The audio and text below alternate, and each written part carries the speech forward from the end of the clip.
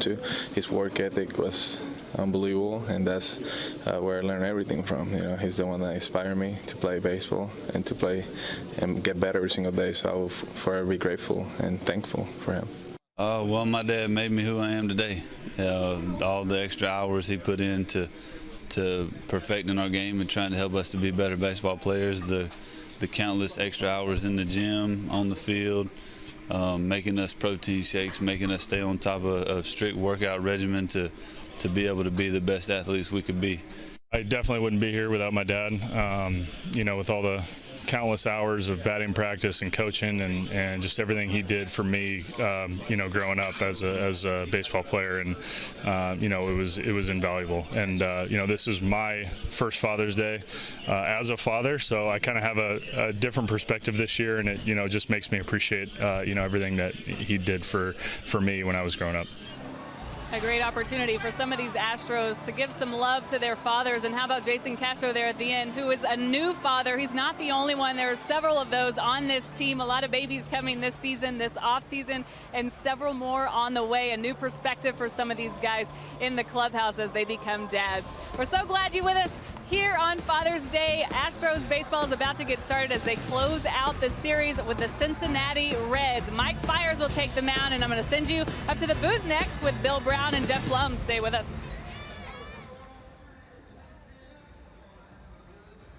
Presented by Lexus. The new 2016 Lexus ES and ES Hybrid. It's next level luxury. By Academy Sports and Outdoors, donating $100 for each Astros home run and $200 for each Correa home run to Houston Children's Charity. And by Southwest Airlines, transparency, low fares, nothing too high. Inside Minute Maid Park, the Reds with a 27-42 record take on the Astros, who are 33-36. It'll be the deciding game of this 3-game series. Each club has an 11-inning win. So back-to-back extra inning frames for these two this weekend. Overtime for Jeff Blum. That's been common this year. And now 11 extra inning games for the Astros this year, Blummer. Yeah, I appreciate all the extra exposure, but I'm about done with it. I'd like to see these guys win a couple ball games in those 9 innings that they should only need. Now Zach Cozart is the leadoff man. At shortstop for the Reds, it's Joey Votto at first base, batting second. Brandon Phillips hitting third at second base. The DH is Jay Bruce. In left field, Adam Duvall. Third base, Eugenio Suarez. In center field, Billy Hamilton. The catcher's Tucker Barnhart. The right fielder's Tyler Holt. And the pitcher will be lefty Brandon Finnegan. Mike Fiers is on the mound. Let's take a look at his stats, Plummer. Making his 13th start on the season. He has some familiarity with the Cincinnati Reds, having pitched with the Brewers in that NL Central. Last outing out for Mike Fiers was exceptional. He went 7 innings strong, gave up 2 earned runs, picking up the W against Tampa Bay.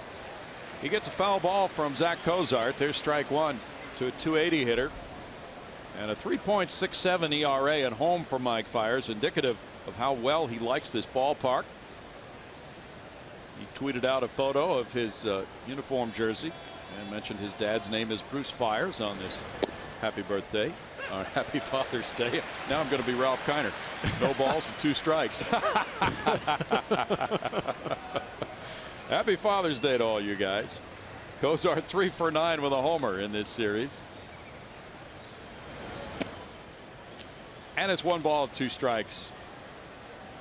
Fiers, though, is such a better pitcher at home, and his slider's been increasingly strong and effective. Also, the cutter at home has been used more and more in recent starts for Mike. That's poked out towards second base. Danny Worth has to track it down. Flips over to first on 1 bounce, and there's the play on Marwin Gonzalez for out number 1. Out of the shift, Worth, who's playing second, had to come a long way to his left. Yeah, Danny Worth in there at second base, giving Altuve the chance to DH here. Talked about Marwin Gonzalez in that open. You get a good look at this play. How about the pick on Supermo, brought to you by Mattress Firm by Marwin Gonzalez? Not only is he doing it with the bat, talked about how well he is with the glove too, anticipating that short hop and picking up Danny Worth. Those are the Father's Day uniforms. Quite spiffy. Joey Votto's the batter. Votto takes, and the changeup is in for strike 1. Yeah, that being said, I think Major League Baseball has done an excellent job. We've seen the Memorial Day uniform with the camouflage in there. Now you get to see the baby blue, the Mother's Day uniforms. They've done a great job with these uniforms. 1 ball, 1 strike, and of course prostate cancer always comes to mind with that light blue color on Father's Day in MLB. 11 homers, 36 runs batted in. A lot of money is raised to research a better way to treat prostate cancer and to discover it before it becomes a problem. So you'll see a lot of this light blue throughout Major League Baseball today. A.J. Hinch said we look like the North Carolina Tar Heels.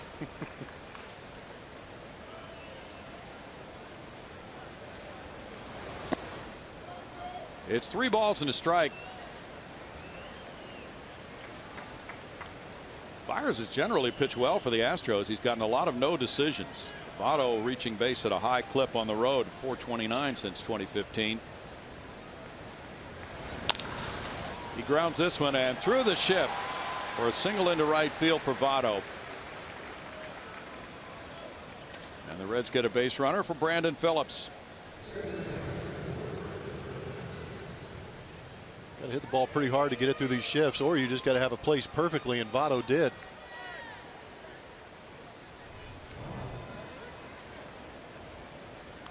Votto now at first. That gives Phillips an opening on the right side. Phillips with 6 homers, 28 runs batted in, has a .258 batting average and 2 for 16 in his career against Fiers.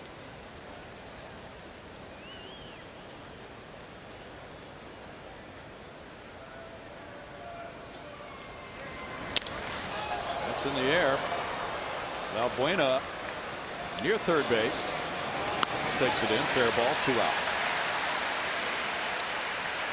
And Jay Bruce will follow. That'll be a special time for Jay Bruce to come back close to home in Beaumont this weekend on a Father's Day weekend. And his numbers are glittering.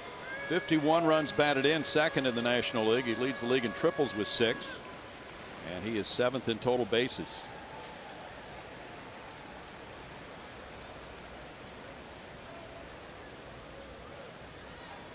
Bruce used to be more of a pull hitter, and the infield aligns that way on him, but the outfielders do not play him to pull. Carlos Gomez is shading toward left center field.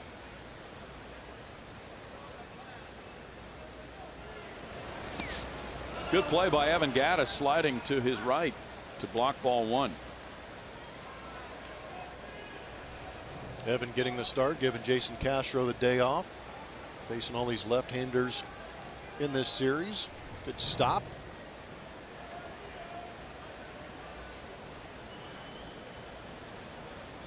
Jason Castro's caught the first couple of games of this series.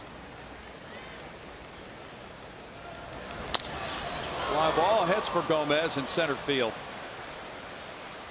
And he takes it in for the 3rd out. No runs a hit and the man left. No score after 1/2 inning.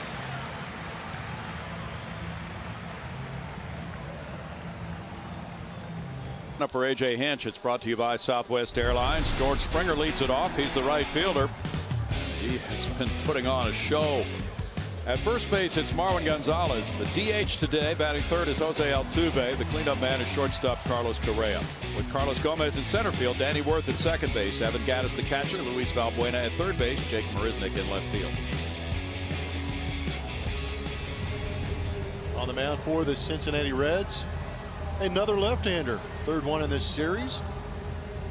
See him making his 15th start. Brandon Finnegan came over from the Royals, now pitching for the Cincinnati Reds.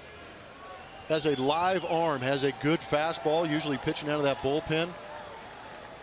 Cincinnati needs pitching, so they put him into the rotation. He's done pretty good. A good athlete out there. Has 3 pitches. Fastball averages around 92 miles an hour. Has a changeup and a slider. Walks can be an issue. Has a tough time locating that fastball.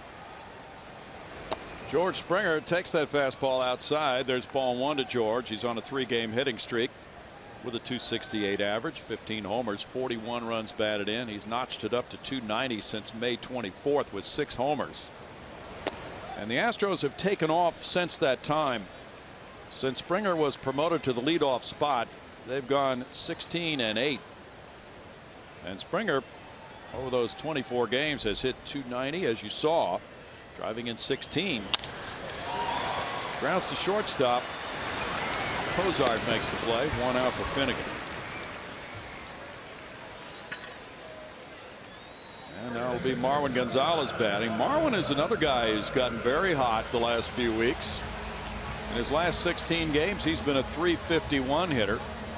20 hits and 57 at bats, trying to lay claim to this first base spot and the number 2 spot in the lineup, Plummer. And we just saw him earlier in this game pick a ball at first base. So the defense and offense have really come alive for Marwin Gonzalez. Huge asset for A.J. Hinch, not having to panic if a guy gets injured or if he needs a matchup. He can plug Marwin Gonzalez in there. Little roller. Finnegan over, bare-handing, and he throws him out. More difficult play for a left-handed pitcher, but he made it well for out number 2.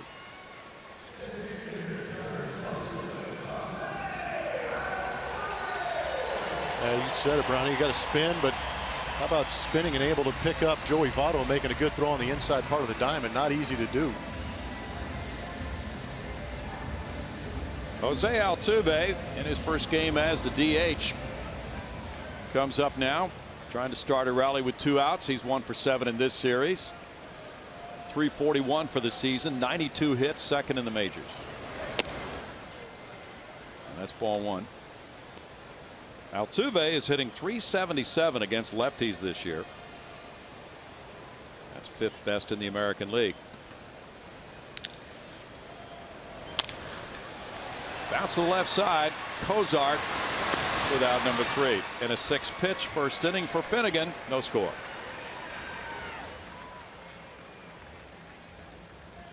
That he was going. It's skied to left. Deion Sanders at the wall, and Bagwell has his first major league home run.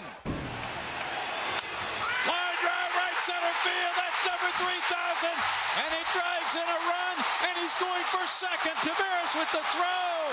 He's out, but that's 3,000 hits for Craig Biggio. And he got it. A no-hitter for Mike Fiers. We are back. It is a beautiful Father's Day, and that was a tribute to Brownie. Today marks 30 years with the Houston Astros. A special voice, a special man being recognized here by the Houston Astros.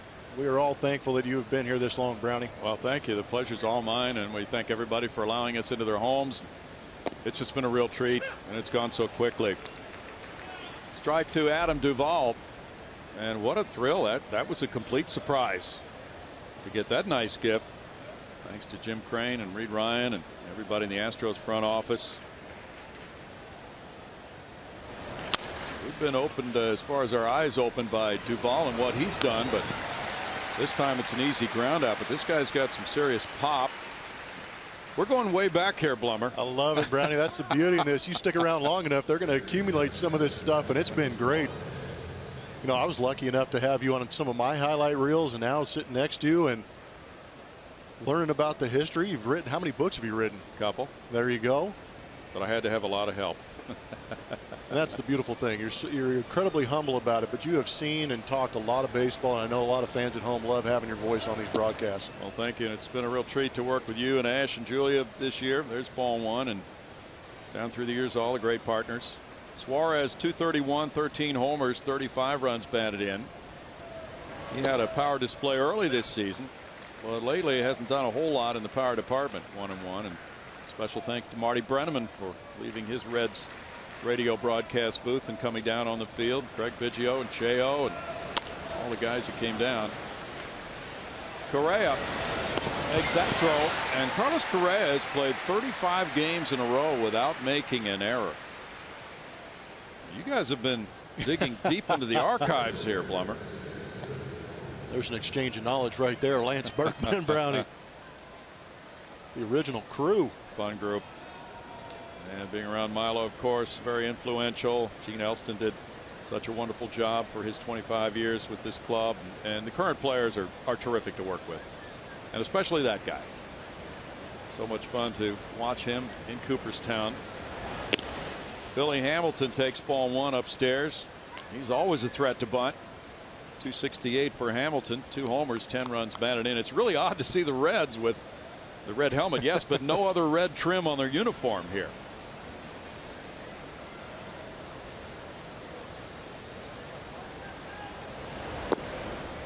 In for a strike. That's a good pitch from Mike Fiers. Yeah, it was quite the ensemble. Even Billy Hamilton with that arm sleeve. Woo. Breaking out the stylishness today. Target is up in the pitch, and of course, if you're a pitcher, you'd rather have Hamilton hit a weak fly ball somewhere than let him put his legs to use on a grounder to the left side.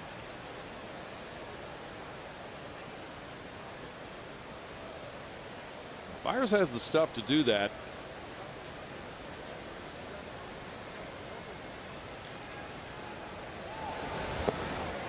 Big curveball gets a strikeout. And that's a 10-pitch inning for Mike Fiers, who punctuates it with his first strikeout of the day. 0-0. Between the Reds and Astros. Join the Astros at Minute Maid Park on Saturday, July 2nd, when they take on the White Sox. 10,000 fans will receive a Carlos Correa Rookie of the Year bobblehead presented by Coca-Cola. For more information, visit Astros.com or call 1-877-9-ASTROS. Brownie. Hey, Julia, I saw your dad, Victor, and your mom in the stands today. Are we going to hear from Victor later on Father's Day? Oh, man, we might. Good. If there's time. You know, he'd love to. Yeah, I think you guys have been practicing your broadcasts over the years from what I saw on Twitter. Oh, classic home video tweet. Yes. It was awesome. Good. 256 for Correa, 9 homers. He's driven in 33. There's ball 1 to Carlos, who's put together a 3-game hitting streak.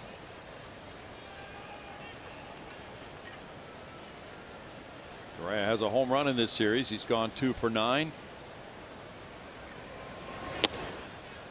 That's another wide one from Finnegan, one of 3 left-handed pitchers who came from Kansas City in the trade last July for Johnny Cueto, and we have seen all 3 starting in this series. Amazing. 2-1. This is the first time since 2006 the Reds have started a left-handed pitcher 3 games in a row.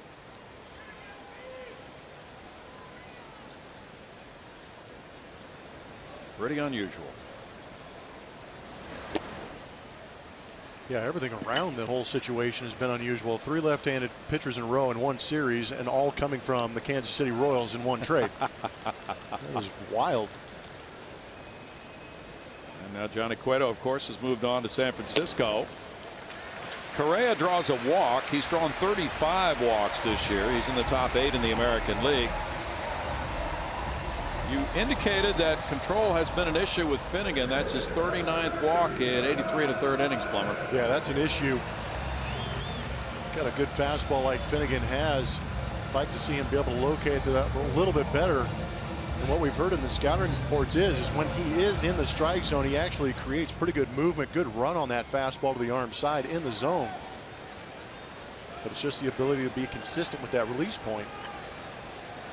Carlos Gomez with a 209 average. Started the swing. He checked it, and the pitch was in the dirt. They appeal to first base. Bill Welke rules no swing. DJ Rayburn is the home plate umpire today. There's 1-0 now to Gomez. And you can see he did control the bat very well. During his 4-game hitting streak, Carlos is 8 for 17. 4 for 10 in this series. Had 3 hits Friday. He's coming along. Chase that one, and it's 1-1. Carlos Gomez a little aggressive against Finnegan. Yep. Check swing on a ball 3 feet out in front of home plate. Now swinging at one well out of the zone. Looks like he's trying to go that way. Mm-hmm.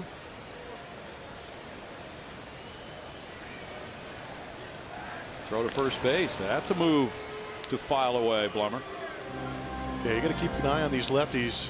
They have the advantage of staring right at that base runner at first base, but very few have good pickoff moves to first base, relying more on just the ability to stare at them, keep them close.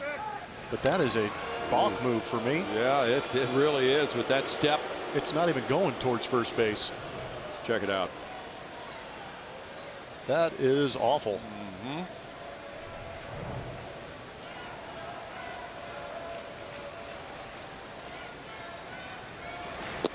Trying to bunt. Gomez misses 1 and 2. I think after looking at that move, the base runners might shut it down today. Yeah, especially if it's not going to get called, because if you have the opportunity of getting in the ear of first base umpire Bill Welke and say, hey, keep an eye on that, because that's pretty bad. Looks like he's going more to home plate than he is to first base. Then he might try and extend that lead and get the call. But I'm with you, Brownie. If he's going to get away with it, that's a tough one to pick up.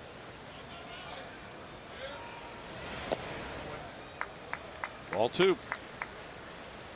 Good to see Alan Ashby today. Yes, it was. It's good to hear Alan Ashby when we had a chance to talk to him. We know a lot of people have asked about Alan. He'll be back on the air tomorrow night. Blummer gets a little 3-day rest before hooking up with Ash on the road trip. Bouncer, and it's covered by Suarez. He gets it on to second. Phillips relays to first. That's a 5-4-3 double play. 56th of the year for the Reds. Phillips is one of the best defensively. Yeah, he's been doing it for years at second base. Suarez gave him a good feed. Even though Brandon is out of position on that throw, still has enough on it to beat Carlos Gomez going down to first.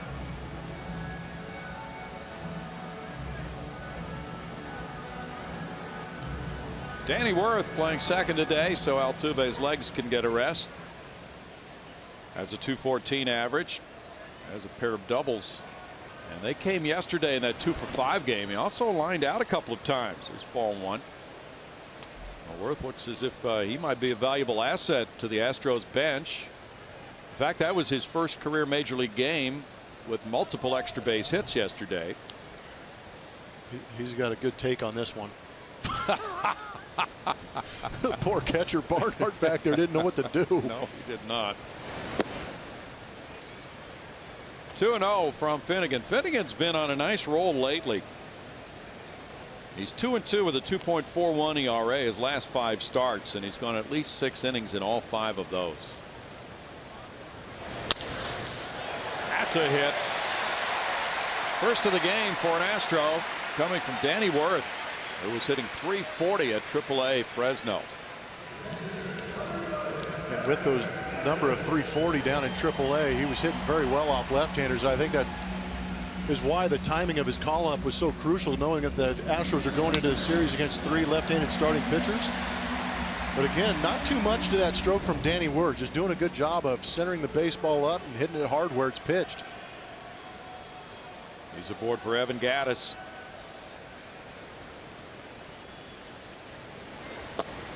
Gattis takes ball 1 outside. 207 for Evan. 10 homers, 26 runs batted in. He snapped an 0 for 23 with his 2-run homer in the 7th inning yesterday. That lifted the Astros to a 4-2 lead.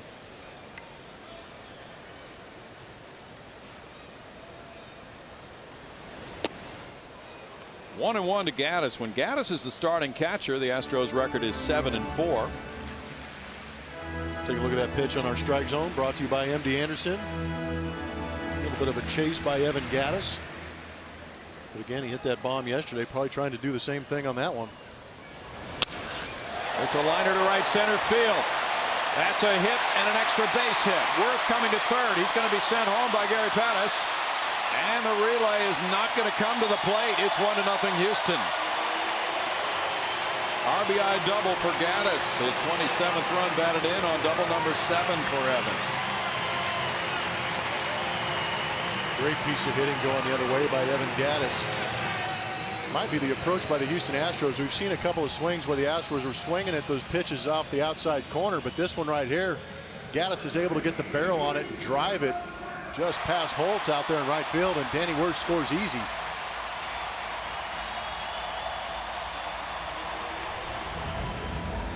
That's a 2-out rally right after a double play ball. Luis Valbuena comes up. The shift is on for him. Strike 1. Valbuena at 237 with 7 homers, has 19 runs batted in. 1 for 5 in this series. On that 10-day road trip, he hit .308.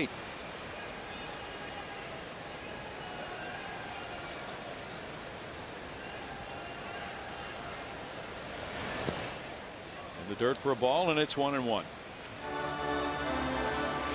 Finnegan last time out Tuesday in Atlanta beat the Braves 3-1 and gave up 1 run in 6 innings through 102 pitches. As the 3rd lowest first pitch strike percentage in the majors, 52% of the time he throws a strike on the first pitch to the batter.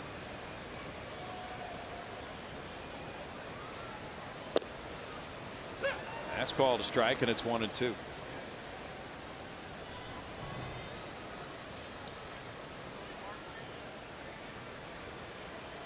Good location on that heater. Finnegan getting the benefit of the call. He's thrown only 2 of 8 first pitch strikes today.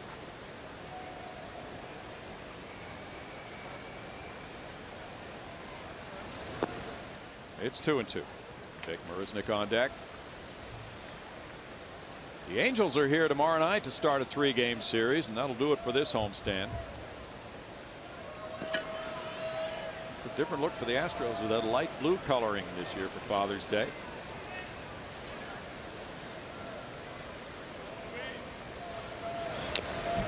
Foul back, and a nice touch with some of the players throwing out first pitches to their fathers, or their fathers threw out the first pitches to them, actually.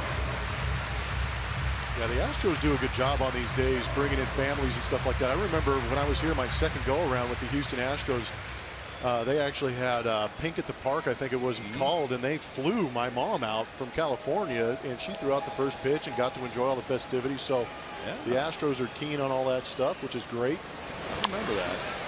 Foul away. That's a special moment for mom or dad. And talk with Scott McHugh on the field. His son Colin is celebrating his 29th birthday today. So what a day. Father's Day and a birthday on the same day.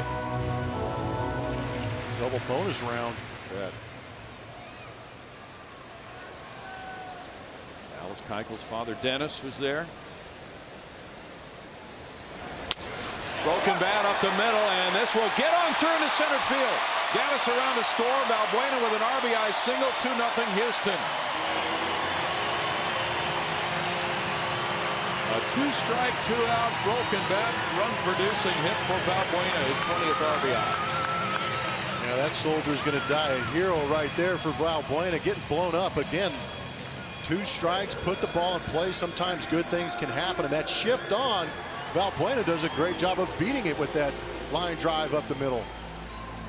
Some 2-out lightning from the Houston Astros. Good to see. 5th run batted in off the lefty. Jake Marisnick is the batter.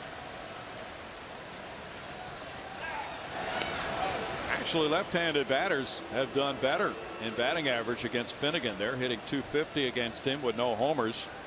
Right-handed hitters .224 against him with 10 homers. Marisnick 177, 1 homer. He's driven in 6, won the .148 average in June. Let's take a look at the dads. I didn't get to see all these guys, Plummer. Yeah, that's great. Of course, they all threw strikes, right? Oh, Doug Fister's dad, Jason Castro's dad, yeah. That is great. What an honor. Keuchel and McHugh.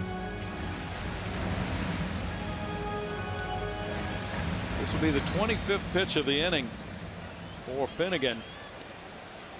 And after the back-to-back 11-inning games here, the Reds' bullpen is somewhat taxed.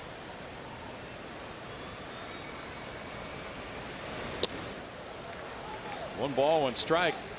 But Brian Price did save the other relievers by using only Josh Smith in relief yesterday for 3 1/3 innings after Cody Reed went the first 7. Jim Riggleman there, the bench coach in the middle.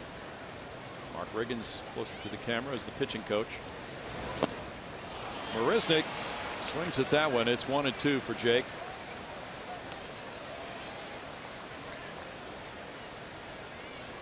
Colby Rasmus on the bench today, as well as Jason Castro and Tony Kemp, 3 left-handed hitters.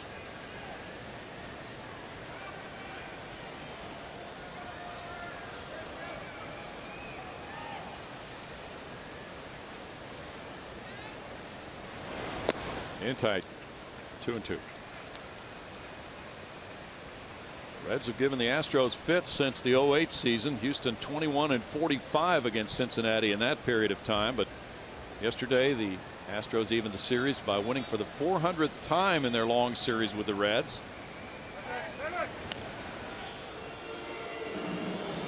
Astros continue to be a good team in interleague play in 2016. They're 7-4 against National League clubs. And last year they excelled in that department. They're 23-8 the last 2 years against the National League. Runner going. There's the throw in the dirt. Phillips with the tag. Out at second base. So that'll do it in the second inning. And the Astros wind up with 2 runs on 3 hits. They lead it 2-0.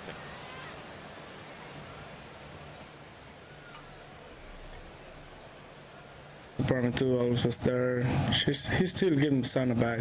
He get mad at me when I strike out or hit a ground ball. Just start telling me like I have to hit the ball to the other way. But I still pay attention to him. Jose Altuve DHing today. He looks a bit bored. 2-0 Astros. We go to the 3rd inning. Good time for some manscaping. Tucker Barnhart leading it off. Ball one's upstairs to the switch hitting catcher, a .239 hitter with 2 homers, 10 runs batted in, 1 for his last 18. He was 1 for 4 in last night's game.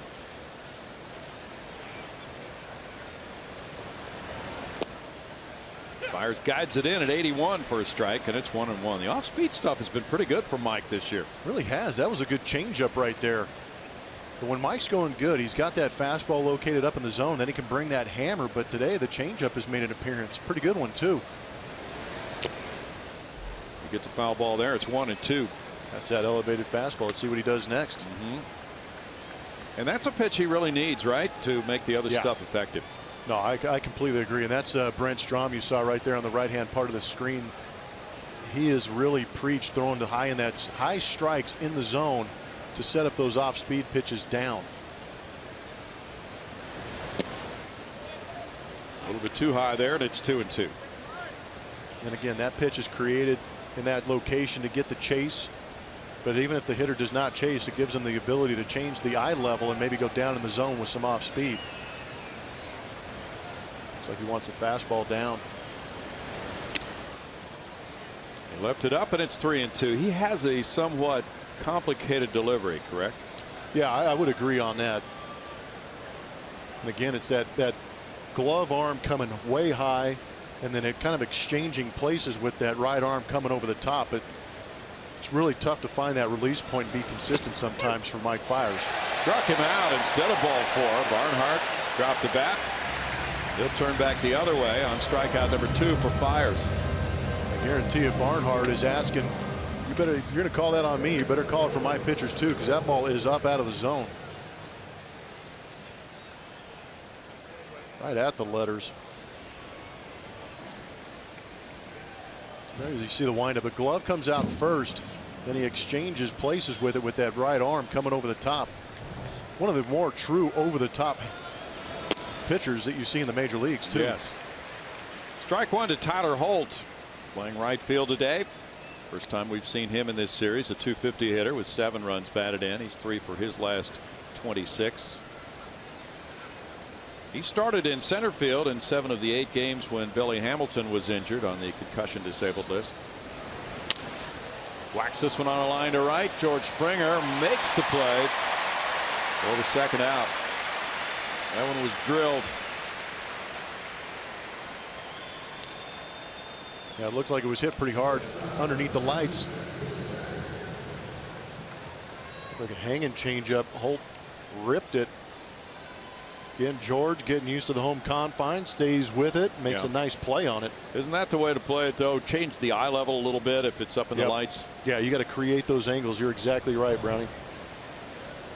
Cozart grounded out, and Danny Worth made an excellent play to get him. Off-speed pitch low for ball 1 to Zach Cozart. He leads the Reds in doubles with 17.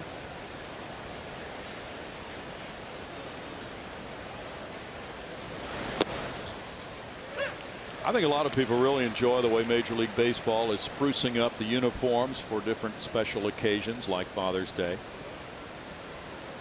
I agree. good for marketing. It's good that the money goes to charities, helping those causes that are represented by the colors. 2-1. Well, Colin McHugh is involved in selling T-shirts for prostate cancer research. His dad Scott is in town meeting with some of the doctors at hospitals to direct those funds.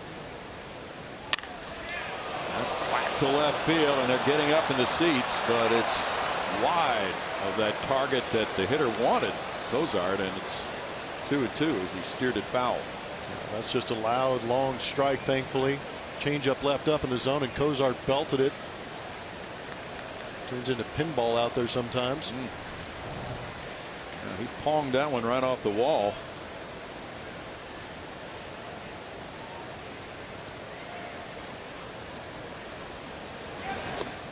A pitcher can really turn a foul ball like that in his favor, can't he? Even though the hitter just shillelied it. Yeah, sometimes you get that big swing from a hitter and he launches it just foul. And the pitcher and the catcher can get together and kind of judge what pitch to go to next because they know he was a little bit quick on a hanging changeup. Saw Fiers back it up with a better changeup down. Cozart just laid off it. Now a line drive left field corner will be a fair ball for Cozart. That pops up in the air for Marisnick, and it's a double. The 18th of the year for Cozart.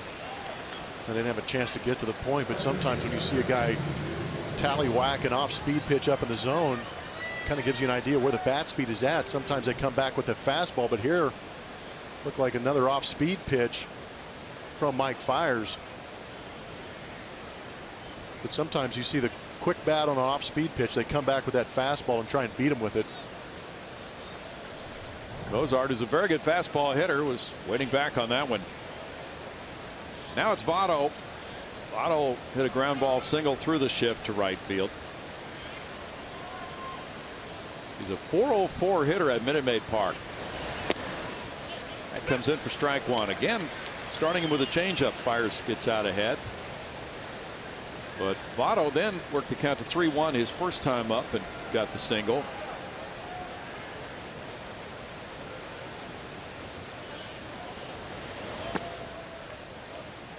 One and one. Well, it's been great fun, this interleague series. Seeing some of our cohorts in the Reds broadcast booth. Batting average on balls in play .308 for Votto. Much better than his .247 overall batting average. He struck out 74 times. That was a fastball, and he didn't do anything with it. He looks a little distressed about it. 1-2. Yeah, it looks like a pretty good pitch to hit. And Votto's approach here in recent years has been take first, it seems like. But here, a center cut fastball. He gets a little bit late. That bat angle coming in just underneath it. Yeah, he felt he should have done some damage on that one.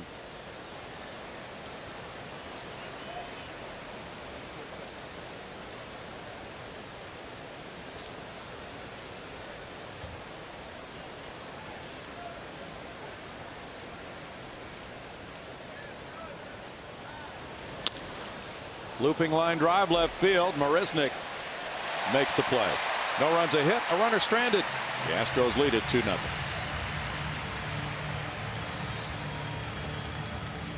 Third. We are dry inside here, luckily. Hey, we have a great Chevy strobe poll for you today on this Father's Day. Who's your favorite father-son baseball combo? We'll start with the three generations, Gus Buddy or David Bell, or the Alou duo. How about Ken or Ken Jr.? And then we have Bobby and Barry Bonds. I know there's more. Tweet at us if you've got some idea of your own. This is fun. Yeah, those are good ones. Correa and Altuve fans parading on the concourse as Jake Marisnick leads it off in the third. Jake was at the plate when Luis Valbuena was thrown out trying to steal, ending the last inning. So he gets a second look now. Does that do anything for a hitter? He just faced him a few minutes ago. I think it does, and I think that was a smart move trying to send Valbuena, because if he gets in scoring position, great. If not, you have this situation right here, and I think the more pitches Marisnick sees from a pitcher, better opportunity he's going to have to get a hit. And we know he needs one because Billy Hamilton took one away from him last night. Oh, didn't he? This one's in the air toward the right field line. Holt is coming over, and And it's fair, and here's the throw to second, and he is safe. Marisnick hustled it into a double with the indecision of the Reds near the right field line. Well, I'm not a believer in everything evening out. Marisnick was robbed last night on a great play by Billy Hamilton, but here on this beautiful Father's Day, it does even out for him. 3 guys right around that Bermuda Triangle, and it drops in. And credit Jake Marisnick for the hustle, too, getting into second base. Attaboy, Jake. That was a strong throw also.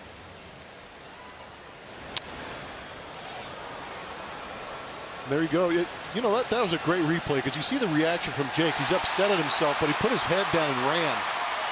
There are ways to redirect some of that anger on the baseball field, and that's how you do it right there. Excellent point. George Springer takes, and there's ball 1 to George. He bounced out to shortstop in the first. Yeah, if you want to get mad, go ahead and run. You may wind up with an extra base hit.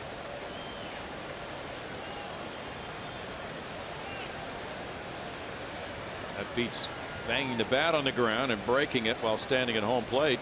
And the ball drops near the right field line. You wind up with a single. Yeah, there's plenty of time to pout after the play. We're going to take a look at our Lexus defensive rankings. And again, you're going to see a numerical sign underneath ranking. That is statistical data. And then the light you're seeing on the right, there's going to be red, yellow, and green. And that's my opinion. Billy Hamilton does a good job of getting to the baseball quickly. It might shut down some of the runners. I think they're going to test Tyler Holt and Adam Duvall in the corners as far as the speed, especially with a guy like Jake Marisnick out there who runs pretty well.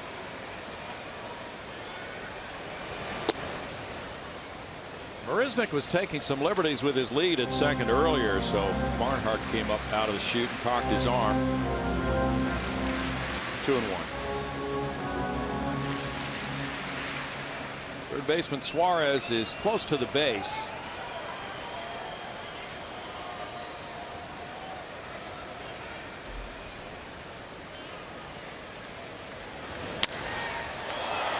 Deep to right field. Marisnick is tagging. Here's Holt on the track with the catch. Marisnick will make it to third base on a long out, number 1.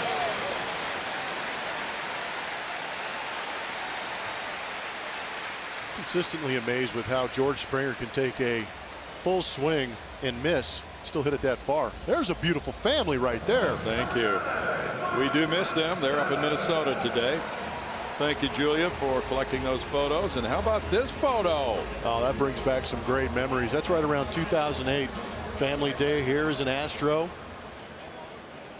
Oh, man. I can't handle the cuteness. I know, it's adorable. They are adorable. Oh, man, I miss them. Oh, I miss those days, too. Now the triplets are 11. My oldest is 12. And, oh, boy. Infield in for Marwin Gonzalez now. He rolled out to the pitcher earlier. Ball 1 in the dirt. Nope, it's strike 1 in the dirt on the ruling by Bill Welke that he went around.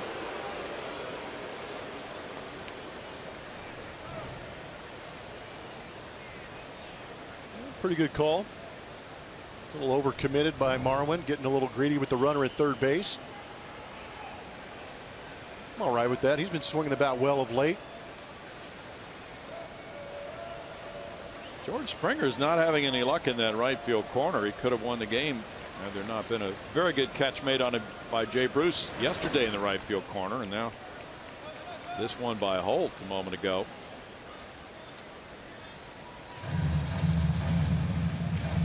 A couple of near misses for George for extra bases.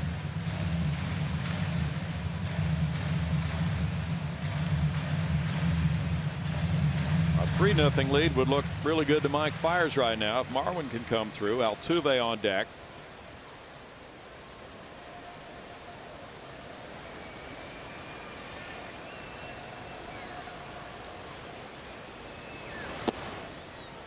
Two balls and a strike. Tim Lincecum gave the Angels a shot in the arm by pitching well yesterday in his Angels debut.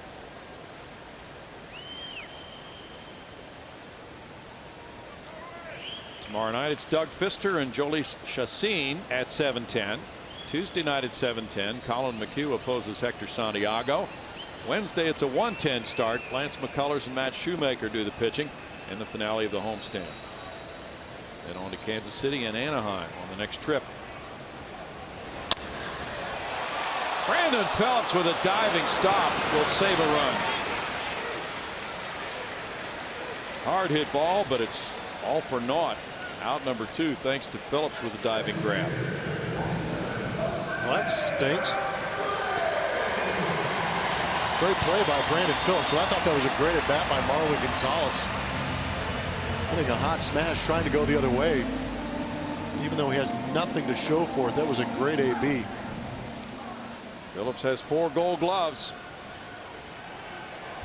Now the infielders drop back with Jose Altuve batting. He bounced out to short earlier. This one escapes the catcher, and that'll cost the Reds a run. No, it hit him. It hit Altuve. Yeah, you almost wish it did just get past. It didn't hit Jose Altuve because it would have led to that run, Brownie. Sure would have. Instead, Altuve takes his base. Marisnick goes back to third.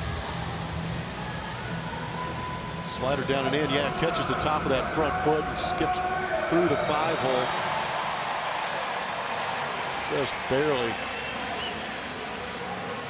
Still not a bad situation. 2 runners on, and Carlos Correa coming up. That's the 6th time Altuve's been hit by a pitch. He leads the club in that department. Correa drew a walk in the 2nd.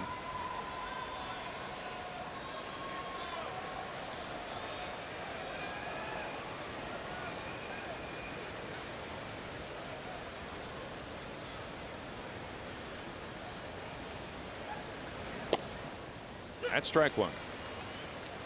Finnegan was really eyeing the runner at first, Altuve, before delivering that pitch. I think that's a technique that isn't used often enough. Is even with the pickoffs, varying your times to home plate can really throw a base runner off. When I say varying your times, you come set, you can go quick to home plate, or you can do what Finnegan you saw in that first pitch, come set, hold for a little bit longer than normal. Maybe get those heels on the ground of the runner so they won't take off. Now looking at the runner can freeze him. But then some pitchers, when they look at the runner, never throw over to first base. They only throw when they don't look at it. Yep. There's all kinds of things to key on. That's pretty tricky. You guys study the game, make a scientific study of that. Hey, so-and-so, this left-hander will not throw over when he looks at you, and that's a big key. No, it is, and those are all the scouting reports too. The best I had was Davey Lopes at first base. I was in San Diego with him at first base, and it was crazy because he would literally come over to me and look at me and goes, "Steal now." And he would say, "Go this pitch," because he's picked up on something. Or he'd come over and go, "Watch the back right knee. The back right knee breaks, go." He was amazing at picking that stuff up. A shot on the ground. Cozart gets it to second to Phillips for the forced play on Altuve. No runs, a hit, 2 men stranded after 3, 2-0 Houston. Astros are leading 2-0 over the Cincinnati Reds here in the top of the 4th. Time now for our Geico quote of the day. Bob Uecker. I signed with the Milwaukee Braves for $3,000. That bothered my dad at the time because he didn't have that kind of dough to pay out. But eventually he scraped it up. It's a reverse bonus. Only the Uke. Only Uke. Oh, man. Brandon Phillips swings at the fastball, fouls it for strike 1. He popped a third in the 1st inning. Mike Fiers has a 2-0 lead. In Mike's career, he has started 6 times against the Reds and pitched 8 times against them with a 2-4 record, a 3.13 ERA. He's walked 9 and he struck out 30 in those games from his Milwaukee years. Fouled away. He can really move that fastball around, as you've seen. He can elevate it a little bit more, as he did that time, and change the eye level on the hitter.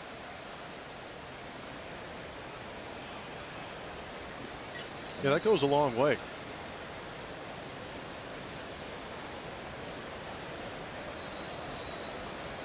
And he has that slow curve going. He can really be terrific. and the fastball. But you could say that about a lot of pitchers if they have all their pitches working, right? Yeah, and I think if you talk to most pitchers, they talk about that fastball location, because if they're able to get ahead early in counts, it means that they're in control of those ABs and they can move that fastball around, up, down, in, out. But again, when you can elevate, you can get to pitches like that breaking ball. Because that's what, in order to fool a hitter, you talk about changing speeds is a big issue, creating a movement on your pitch, but also they talk about changing eye level that you talked about, Brownie. You look up in the zone and then it's tough to recognize down. Anything to make those hitters uncomfortable or maybe deceive them. Correa. 1 out. Jay Bruce will bat. He hit a fly ball to center. I think what's made that high strike more effective for the Houston Astros is that the strike zone's changed. Umpires are now calling that above the belt pitch a little more often. Would you, as a hitter, rather see it be a little bit higher strike zone if the umpire makes the ball be over the plate? I think it's easier to cover up and down as opposed to in and out. Because I remember, when I first got called up in the late 90s, I remember facing those Atlanta Brave teams that would come in, and it wasn't necessarily the high pitch I had to worry about, but I had to cover a plate that felt like it was about 25 inches wide. Right. It's not easy to do.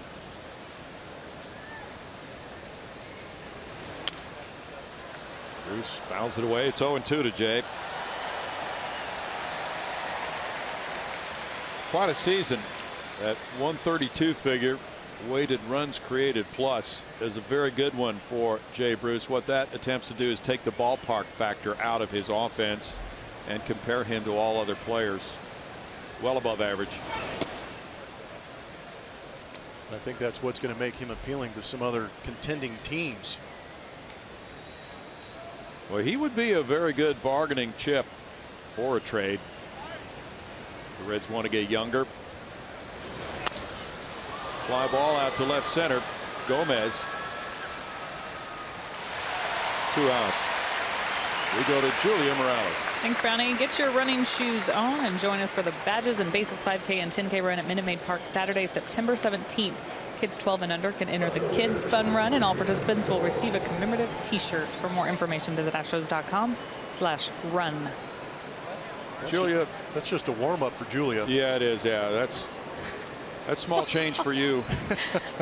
You marathoner, you. I'm a little bummed that we're out of town. Yeah. I wanted to run with everybody. Well, maybe we'll fly you back in for that. Okay, I think we're in Seattle. Okay. It won't be easy, but you won't want to give up those coffee shops. Strike one to Adam Duvall. But congratulations, Julia, for being so good about volunteering to work for Bart Ennis today so he could have Father's Day off. Absolutely. Very nice gesture for you. Yes, it is. I'm sure he's watching every pitch today. So we wish him a happy Father's Day. Well, he might be, or he might be TiVoing the game. Oh, he's got his feet up. He's watching the game. Yeah. The kids are bringing him maybe a beverage or two. We better be treating him right. Yes. He was nice enough to help me out this weekend. So. Yeah, and you got out of the cold shower on the field yesterday with a walk-off. I know. Darn. 2-0. Did you happen to see his particular move to get out of the way of It was very athletic. I can't wait to see him. I wonder if he's sore today. But he couldn't pull that off in high heels, though, Julia. That's right. That's where the talent is. That's where the real talent shows. Not everybody can do that.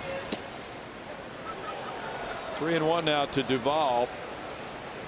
This guy has been excellent at sitting on a pitch and driving it this year. He's walked only 9 times. He's probably swinging here. Good chance.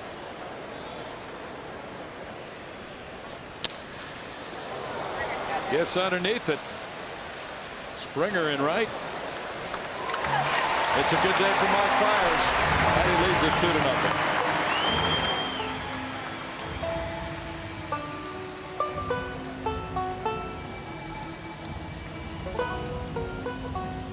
Day at an Astros game. The Astros leading 2-0. Academy Sports and Outdoors and the Houston Astros are hitting home runs for Houston. Most home runs by an Astro since May 17th. Evan Gattis leading the way with 9 bombs. It's good to see Luis Valbuena getting in on the action with those 5. Carlos Gomez even making an appearance with 3 home runs since then. 2-0 Astros. Here is Gomez. Fouling it for strike 1. He bounced into a double play back in the 2nd inning. Gomez, though, has been rounding into form, as you point out. Controlling his swing more. Getting nice results. Third baseman Suarez is aware of a bunt possibility. He's in. Grounder goes by him. Backhanded. Cozart, long throw from the hole, and out is the call.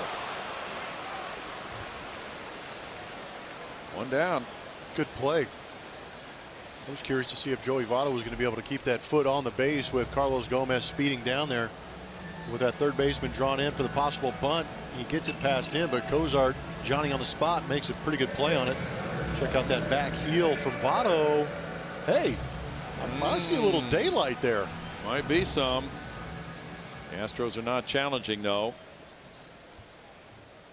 That's out number 1 on the close call. Danny Worth is the batter. He fouls it for strike 1. Worth started the scoring rally with a single to left center on the ground. He came around on a Gattis double in the 2nd inning, and Gattis scored on a Valbuena hit.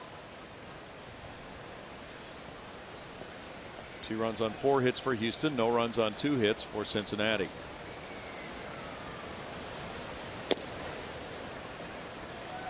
No balls, 2 strikes. A lot of fans who have been following this club for a long time love this kind of an interleague series just because of the history between the 2 teams. They've played each other so much. There have been so many important and interesting and memorable games between the 2. I completely agree on that. You know what I miss most about it? What's that? Travel. You bet. That's just off the plate, 1 and 2. Yeah, that was nice when the Astros were in the National League Central for travel purposes. They could go to Cincinnati, Chicago, and Pittsburgh on a trip, we'll say, or St. Louis could be in there. All those cities close together. Bouncer to short. Backhanded Cozart. 2 outs. And 9 of the 11 outs have been on the ground for Finnegan. This has got to be eerily reminiscent, having the American League West come into play for fans who watched the Astros when they were in the National League West. That's right.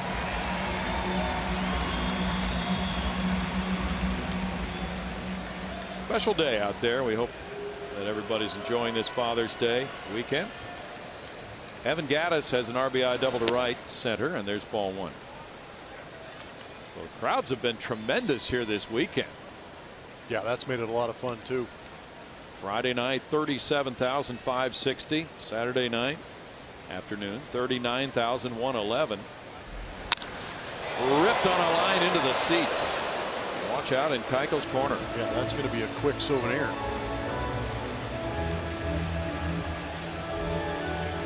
Well, the folks in Keuchel's corner yesterday saw a very nice effort from Dallas. Yeah, they saw a true Dallas Keuchel. Of course, he loves pitching here at Minute Maid Park, but it was good to see him in command of that ball game yesterday. Strike 2, 1 and 2. A.J. Hinch said after the game he had decided that it was better to take Dallas out an inning early. That one came back over the plate rather than leave him out there a little bit too long, and the Astros had to regroup and win after they lost the 4-2 lead. Gattis is down with a strikeout. That ends the 4th inning with a score 2-0 Astros.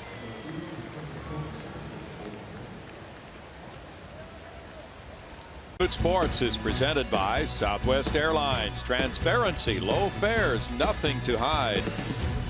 And by Jack in the Box. It's back. The Portobello Mushroom Buttery Jack. Taste it before it's gone at Jack in the Box. Here on Root Sports, it's 2-0. The Astros lead it behind Mike Fiers. And a couple of runs in the 2nd inning. One on a double by Gattis. One on a single by Valbuena. Father's Day. Dad's enjoying the ride. And Mike Fiers has done a workmanlike job on the Reds. Curveball is in for strike one on Suarez. He grounded out earlier. Picnic in the park after the game for a charity cause.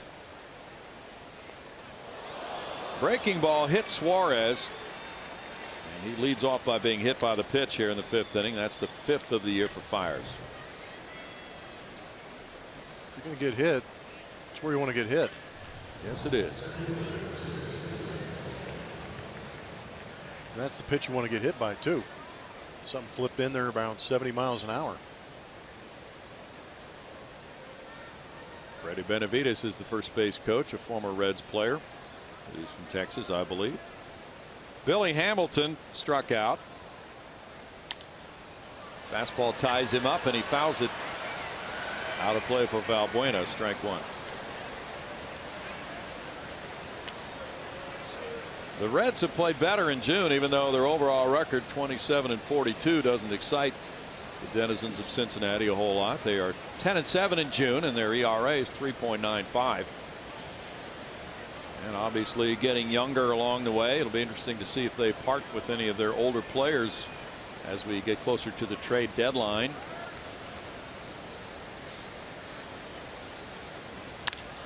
Hamilton lines one left field line. That is a foul ball. Marisnick got over there, but that ball looked like it could have been trouble. Instead, it's an 0-2 count. Yeah, I agree with you, because there's not much space to work with in foul territory over there, but slicing off the left-handed bat of Billy Hamilton, there you go. Good call. Third base umpire Vic Carapazza right on it.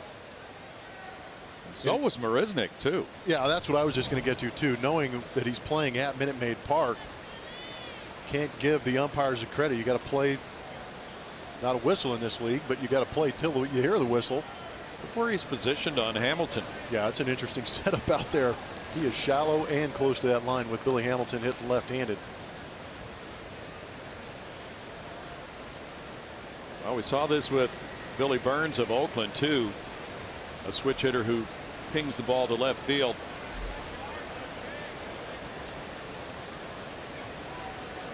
Gomez is well over in left center. And he struck him out. Let's take a look at the Lowe's home field advantage.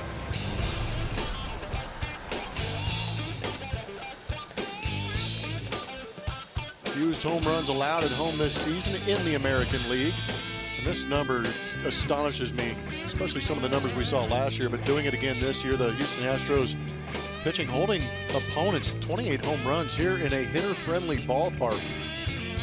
Nice to see. That is a surprising stat, probably, to some people.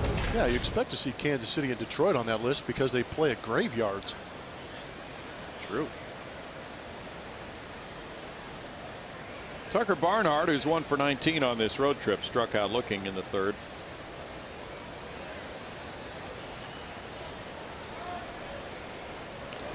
The Reds are missing their catcher Devin Mesoraco. He missed a lot of last year, and he's missing this year as well. They're also without Homer Bailey now. He's been on a throwing program in Arizona, trying to work his way back into the major league rotation. Throw goes to first from Fiers.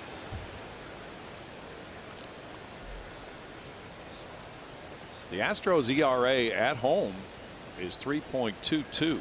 Fiers not a real double play specialist. He's gotten 5 ground ball outs in this game. He can be a fly ball pitcher, though. But he has some pitches that can produce grounders. There's a strike. Yeah, that changeup would be a good one, but I agree with you on the fastball that he has. Doesn't have much sinking movement to it.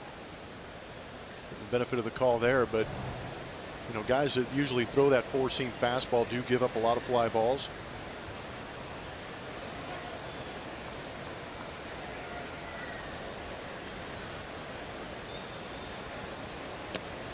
Upstairs, Gaddis had to check his mitt to make sure the ball was in it.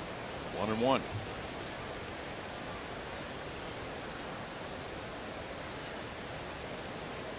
White Sox and Indians are tied 2-2. They're in the top of the 8th in Cleveland. The Indians have picked up the pace. They're in first place in the AL Central. They really tattooed James Shields yesterday. White Sox might be a little bit nervous about that trade they made for Shields. Yeah, I agree, because there have been a handful of teams that have been beating up on James Shields. But if he can round into form, be a nice pickup. He could be a difference maker. Pitch out, and it's 2-1.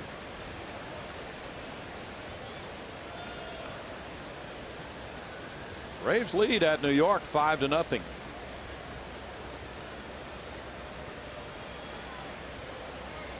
Marlins are on top of the Rockies 3-0 in the top of the 7th.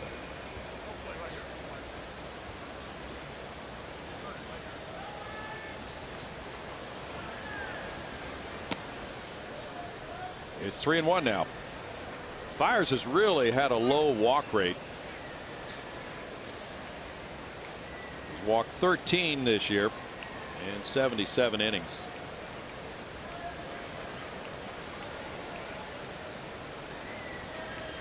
And in recent starts, it's even lower than that. He's walked 2 batters or less in 13 starts in a row, dating back to his final start last year. Runner starts and stops. There's a ground ball hit behind him, and that means he can't get to third, as it's picked up by Springer in right field on the hit by Barnhart. You see some bizarre things watching baseball on a daily basis, but I haven't seen a guy running back to the bag he started from on a base hit before. There it is. That's amazing to me. Oh, wait. Oh, it's that direction. Yeah, that's how this game's played. Okay. Second base is over there. And Brian Price, bless him for coaching this team. It's got to be a long season already. I mean, I understand breaking, but why would I'm sorry. Usually you break toward the next base, correct? Well, yeah, break towards it, and even if you're not stealing, you kind of shut it down and watch the play, not immediately run back to the bag. My goodness. Tyler Holt hit a line drive to right field first time up. Runner going to third. Here's the throw from Gattis. Oh, he ran into an out. He's all confused. That was not a very good sequence of events on the base pass for Suarez. Get this man off the bases. Well, he did that on his own. Didn't really get a good running lead. It almost looked as if it might have been a hit and run, but obviously only one guy on this ballpark may have missed that sign. Because that's not close. That is not close at all. An easy throw out for Gattis. He's gunned down 6 of 12. Well, that's a gift. No, I agree with you, Brownie. And when you're not going good as a ball club, the last thing you want to do is give away outs, and that is an out that is given away. Man, those are tough. Maybe because he failed to get from first to third on that hit, he decided to try to get over there anyway on a steal.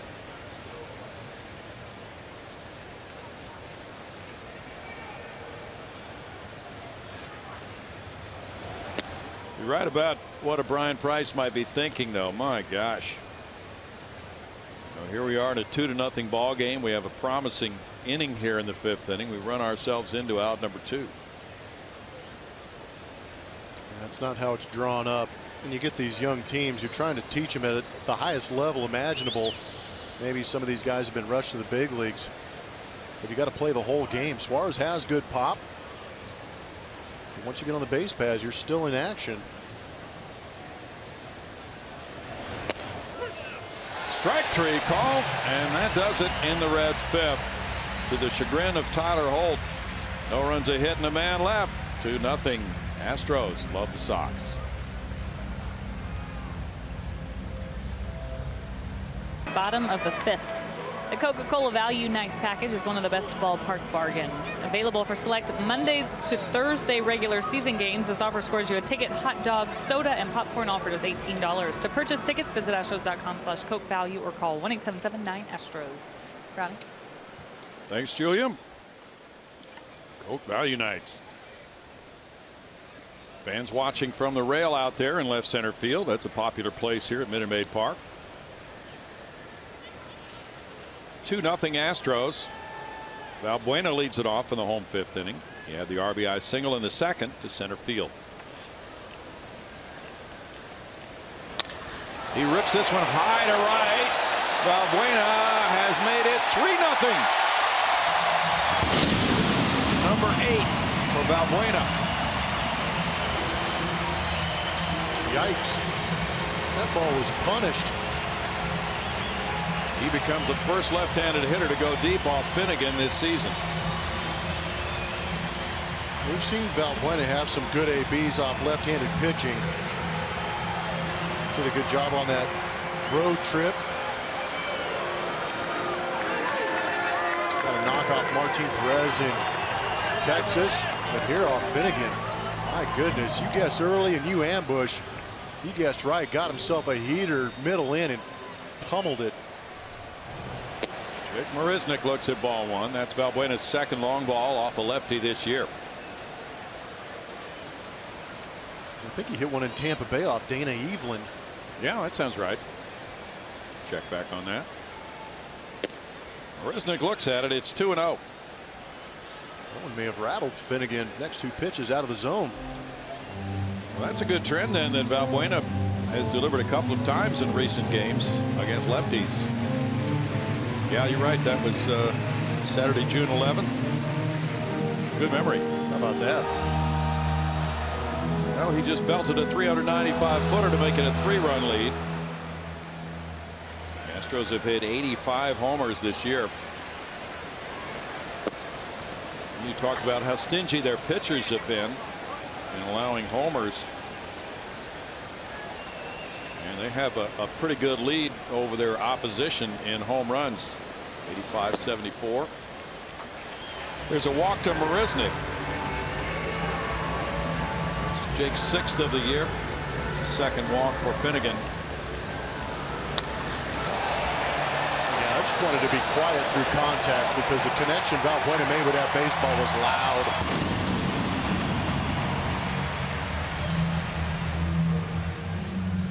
A win today would get the Astros to 2 games under 500 at 34-36. George Springer's 0 for 2.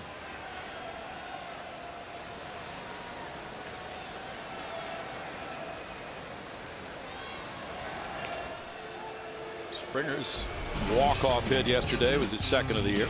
Time for our forward spray chart. George Springer this season, where those hits are going.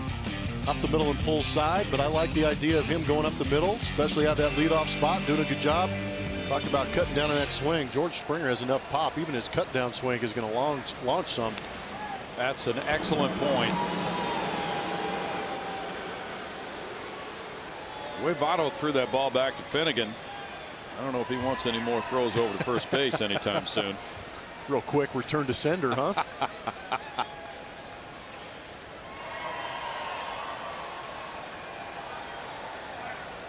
Well, you know yourself, and Votto has a hefty contract, and he's a good player, not having his best year certainly, but it's difficult for a veteran, an established star player like Votto to go through a season like this. Yes. Yeah, when you sign that big contract for long term, this is not exactly what you're expecting to sign up for. But again, the commitment is made by both player and team as far as money and length of time. So these things are going to happen in Major League Baseball. Well, it's up to the player and his representatives to assess the future of that organization before they decide to commit for multi-years. Yeah, but you've also got a couple of million reasons not to complain. A shot on the ground. Cozart from his knees tosses to Phillips. Phillips with a wide throw at first cannot complete the double play. Springer's able to beat the relay. Oh, smoked. It was hit very hard. Kind of ate Zach Cozart up. See him kind of fumbling around and gets that late flip. And I think with that late flip and the combination of Marisnick running, put a little panic in the heart of Brandon Phillips on that turn, knowing that he got a guy about 6'5" coming in at you. See, it altered the throw. Just glad to see Springer too avoiding injury on that high throw, getting out of the way of the tag from Votto, because that's how Correa sprained that ankle in Texas, was trying to avoid one of those throws. Marwin Gonzalez is 0 for 2. Brandon Phillips made a very good play to get him in the third. Throw over to first. Back to that attempted double play. The ball was smoked. It was hit very hard at Cozart. He dropped it. That disrupts all the timing of the turn for the second baseman, right? Yep. No, it really does. That's an excellent point too. Is that realizing how hard that ball's hit, that internal clock and that rhythm of the play is absolutely thrown off. As rip foul right over Gary Pettis' head. So if you're Phillips, you're trying to go across the bag and catch that on the move. Now you have to stop. You lose all that momentum, and it's all arm on the throw, correct? Yeah. And you saw that with him coming across the bag. And at the same time, Marisnik is a big guy who can run. And that subtle delay in that feed from Cozart sets off alarms in that second baseman's head also.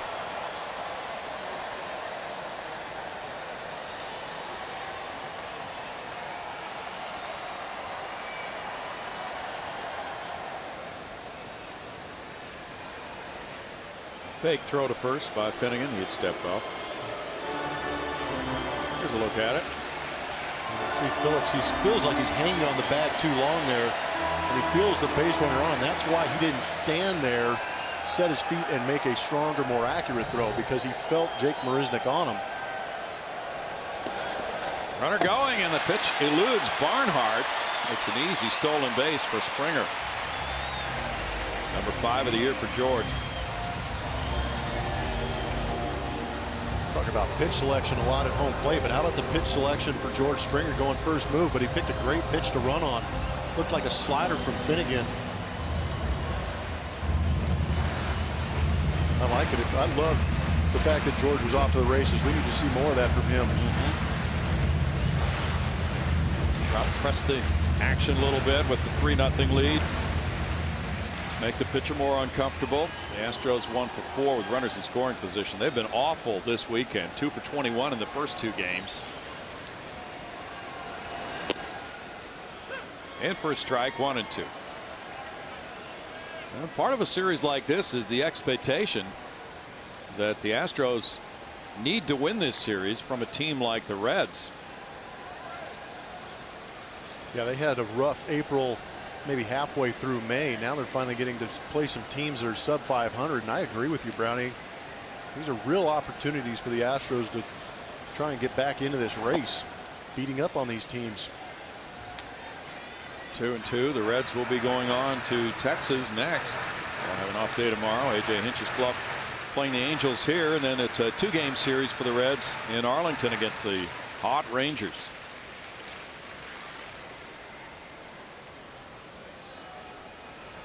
Rangers are tied with St. Louis right now, 2-2 in the 5th. That one almost hit him. It decked him. And now Springer gets to third base on the down and in pitch to Marwin Gonzalez. Wild pitch.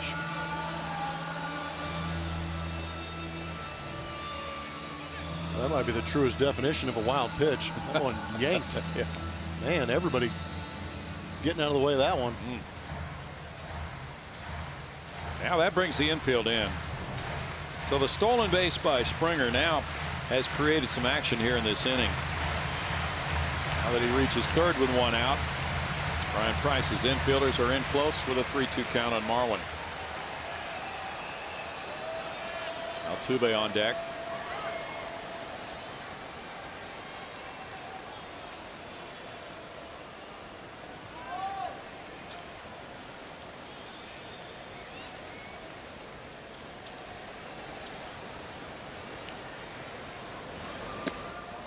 Ball 4 on a close one.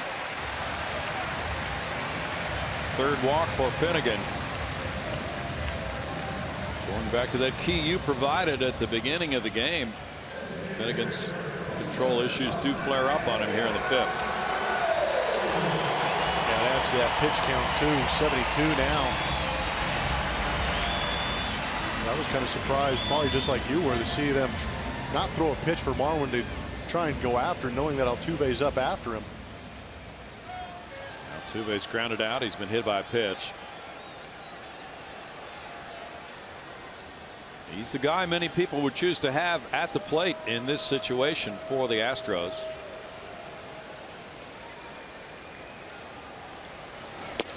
Ball one to Altuve, a .333 hitter with men in scoring position. About that WRC plus figure of 158 for Jose.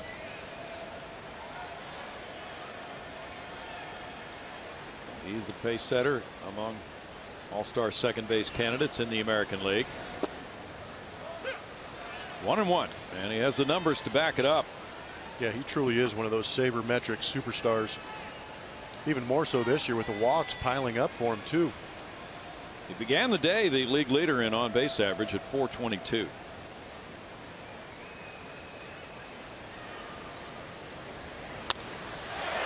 That'll go foul. 1-2.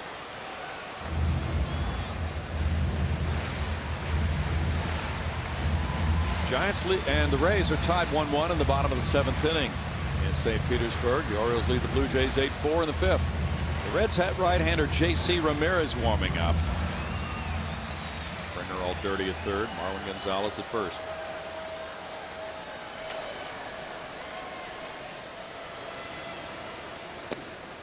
Breaking pitch taken for ball 2 by Altuve. Mariners and Red Sox are tied 1-1. They're in the bottom of the 6th at Boston. The Astros have a chance to break this one open if the right things happen here.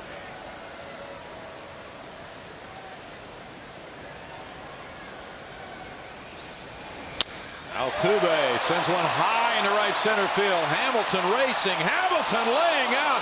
What a tremendous catch. It'll be a sac fly, or now throw back to first. That is a double play. So it will not be a sac fly because Gonzalez is doubled off first on the deep drive by Altuve. And once again, Billy Hamilton steals the day.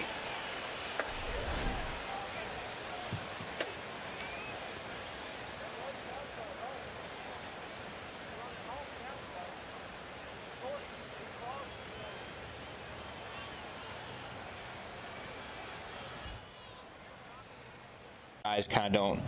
They like the game, like playing, but he taught me, how to enjoy it while you have it, because like him, I mean, he was in at 21 and out by 29. So enjoy every day you have. Lance McCullers Jr. on Father's Day. That run did count. It was a sacrifice fly for Altuve because Springer scored ahead of the throw to first to double off Marwin Gonzalez. Thank goodness. And again, this is why you hustle through the game. That's the timing play of it. Tell you what, the Astros, a couple of these hitters on the Astros team may have a police escort for Billy Hamilton to get out of the city. Oh boy. He has made some incredible plays tracking some fly balls down out there.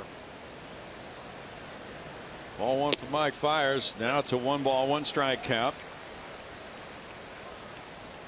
Yeah, by all rights, Billy Hamilton should be checking into the criminal justice building downtown here after the thievery he has committed this weekend.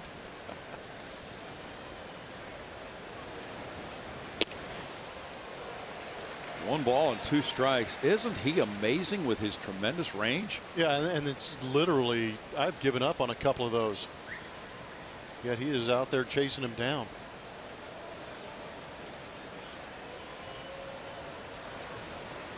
Kozar doubled in the 3rd inning. He's 1 for 2. Curveball gets away from Fiers. 2 balls and 2 strikes.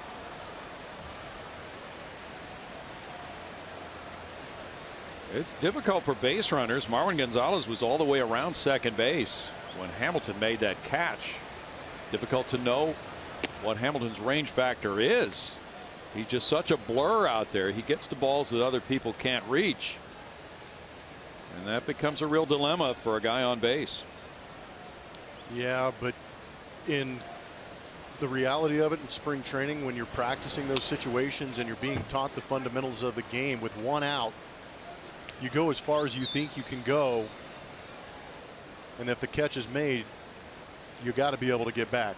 So Marwin as well as that ball was hit off of Jose Altuve's bat, and as much as I wanted it to be a hit, you got to play the game fundamentally right. There's no reason for him to make that turn and have a guy lay out and be thrown out at first base. You'd like to see him get to second base, read the play, and get back to first base.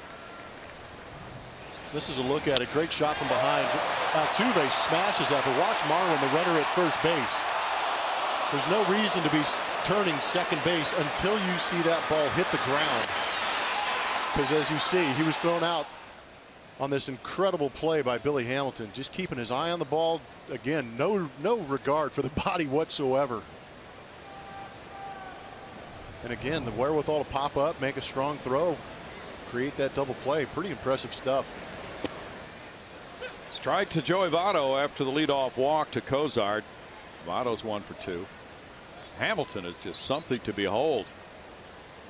Yeah, I get asked a lot, you know, the best center fielder I ever played with, and I constantly say Mike Cameron, and it was similar to situations like that where I'd be playing third base, especially when we were on San Diego's team together out at Petco Park. Ball would be hit. I'd put my head down, go to third base, and look up for the relay throw, and he's got it in his glove.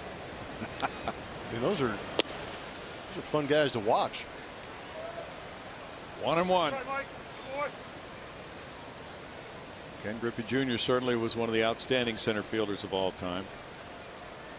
Tell you what, Andrew Jones. Yeah, man, you would alter your swing just to not hit it to center field. Right. He played so shallow. Oh. If you want to dial back the clock a couple more decades, Paul Blair was fantastic. Votto walks away from home plate. It seems like, you know, as well as these guys being athletically talented, there's that almost a sixth sense to some of these guys in the outfield that allow them to get those great first steps or those good jumps, and then to have that closing speed with it. Reds had Eric Davis back in the day. Good one.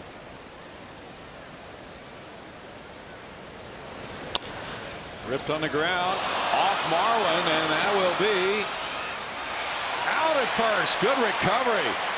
Boy, it looked like Votto would be able to beat that out, but we'll have to run a clock on him from home to first on that one. That might have been the slowest developing play ever. Ball was hit relatively well, but again, that in-between hop eats up Marwin. He gives up on it, decides to get back to it. And how about Fiers staying with the play? Seeing some good execution on guys not giving up on plays. Great job by Fiers. You almost saw him screaming at Marwin to go, saying, "Go get it." Mm-hmm. Yeah, there was a little pause there, a beat before Marwin went after the ball. He may not have known exactly where it was, but Fiers pulled off the play as he stretched toward that throw to get the call. So Votto's out on a 3-1 play. Brandon Phillips 0 for 2. Love to know Votto's time from home to first on that one. Yeah, get out the sundial. And granted, you might think that first baseman's going to make the play, so you're not busting it out of the box. Ball 1. Oh, he was running. He was. Sure enough.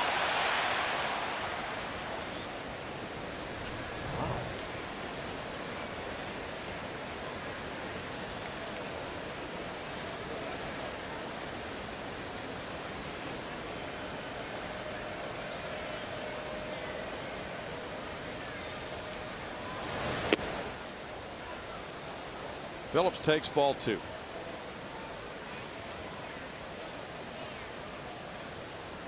The Reds are 3-9 against American League teams. Since 2014, they're 4-20 in interleague play. Cozart with the lead. Phillips has hit .326 with men in scoring position. It's 3-0.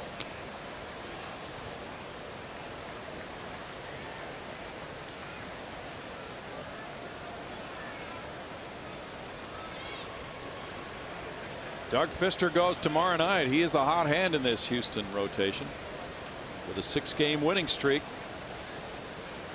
To try to equal the longest of his career. He had a 7-game streak in 2011. Astros have won his last 9 starts, and his ERA is 2.35 in those games. Houston Methodist brings us our league leaders. Since we're playing an interleague matchup here, we're going to look at the best records since last season. Houston Astros. Remember how to play in that against some of these National League teams. That 23-8 record, pretty nice. How about the American League teams enjoying the interleague action? Yeah. So you have to keep pace if you want to be a wild card contestant or win your division, right?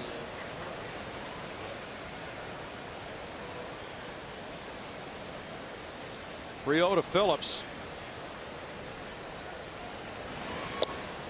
In for a strike with the off-speed offering.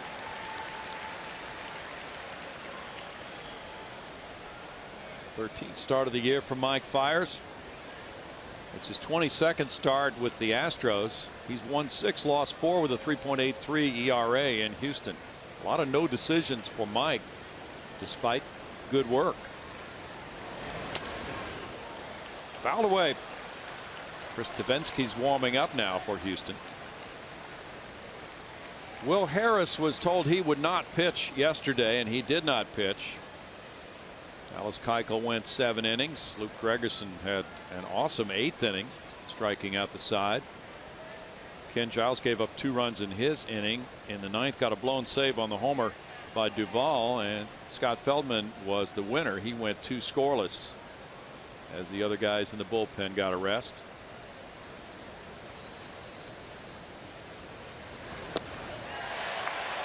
Wow, that is really some good finesse by Mike Fiers for out number 2. Yeah, gutsy pitch too. Crawford boxes out there in left field. Brandon Phillips has some pop, but did a great job of pulling the string on that changeup in a fastball count. Good execution. It's a really nice slow-mo of his motion. That long arm delivery, and then the ball floats up there. Now he wants Gaddis to come out with Jay Bruce, the batter. Bruce is 0 for 2, 2 fly balls to center field.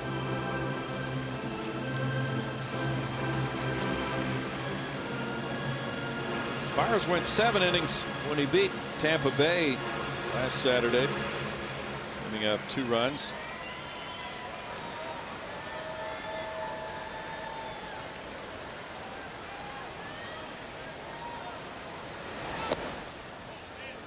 Ball 1 to Bruce.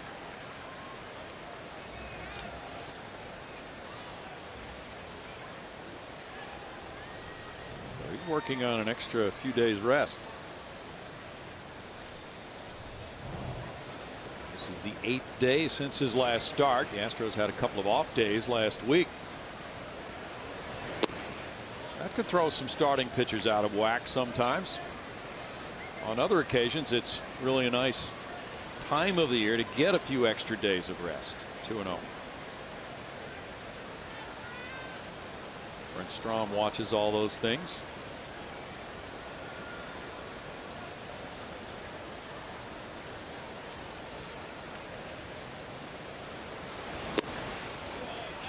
Pretty close pitch. It's ball 3 to Bruce. There's a couple on the edges. Fiers isn't getting the call. See that first pitch, pretty good. Went a little more down and in and off the plate.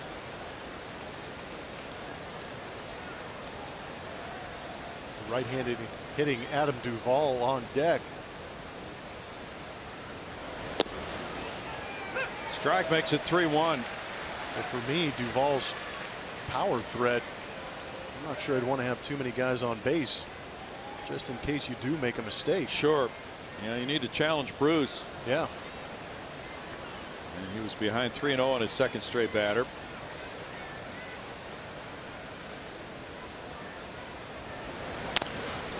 And gets a chop foul ball, 3-2. Well, the Astros evidently sensed a need to get Davinsky warming up in the bullpen.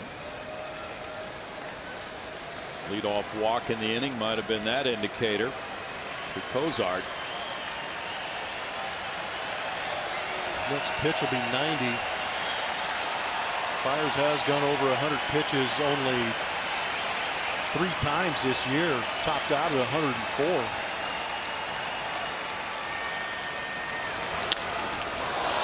It knocks Fires off balance. He throws to first. Safe at first. Oh, that ball hit him. Lost his glove. He's limping around. That was a bullet right off his leg, it appeared, or maybe his hip. Seems to be all right. Jeremiah Randall's coming out along with A.J. Hinch. He seems to be moving around okay, but I agree. You got to go out and check on the guy. First you get smoked, drop your glove, turns into an instant yard sale. Did a great job of getting to the baseball, making that play close at first, and almost got him. Just a matter of where it got him. This would be a good look from behind home plate. Got on him quick. Inside of that left knee. Ooh. That's where you worry a little bit.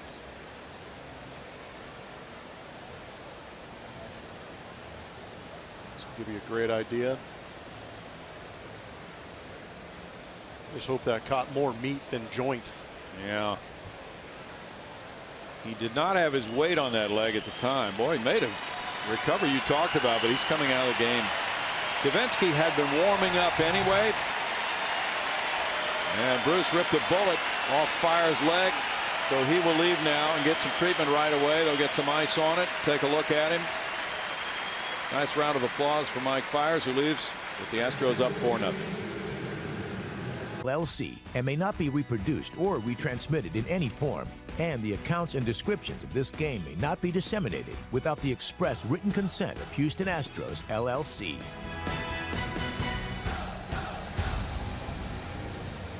Well, now with this pitching change, it's 4-0. Mike Fiers out of the game. Apparently all right. He's not going in for treatment now. But that line drive drilled off his leg has caused the pitching change. So we get you caught up. 2 outs, runners at first and third. Chris Davinsky comes in. He has not pitched since the series at Texas 10 days ago, Blummer. And did a good job 10 days ago. He went 3 innings, giving up 1 hit, 1 walk, 2 strikeouts through 42 pitches in that appearance. He's done a great job after getting back in that bullpen. Still working that strong fastball changeup mix. Adam Duvall looks at ball 1. Duvall is grounded out and flied to right. Runners at first and third after the hard hit single by Jay Bruce. Ozarks at third base. The Reds now have 4 hits.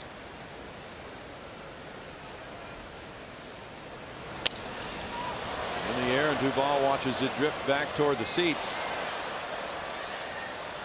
Out of play for Valbuena.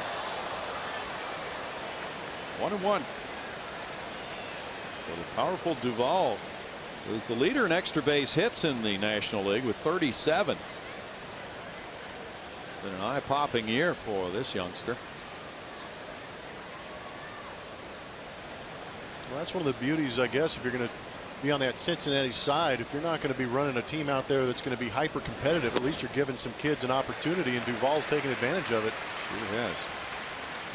1-2 to Duvall, who was drafted by the Giants in 2011. Depth on that changeup. Yes. The 11th round in 2010, rather, is when he was drafted. Traded in the Mike Leake deal. So the Reds parted with both Leake and Cueto last year. That signaled their rebuilding.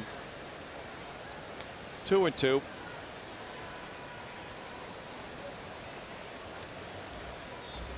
Duvall got 64 at bats with the Reds last year, hitting 5 homers. He had broken in with the Giants in 2014, had just 73 at bats with them then. He is from Reds country, Louisville, and went to the University of Louisville. Out to left field, Marisnik will handle it for out number 3. No runs a hit, 2 men stranded. 4-0 Houston in the 6th.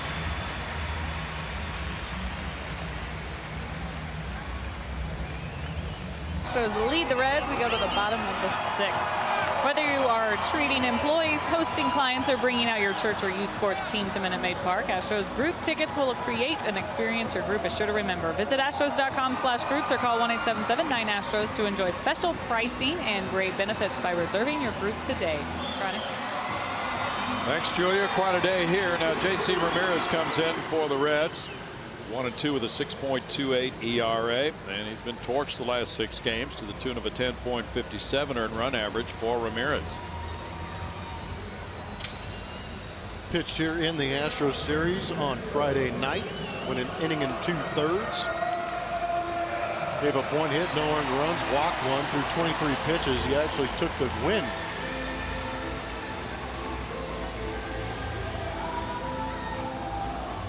Now the Astros leading 4-0, have Carlos Correa batting. He's 0 for 1 with a walk in this game. Gomez and Worth to follow.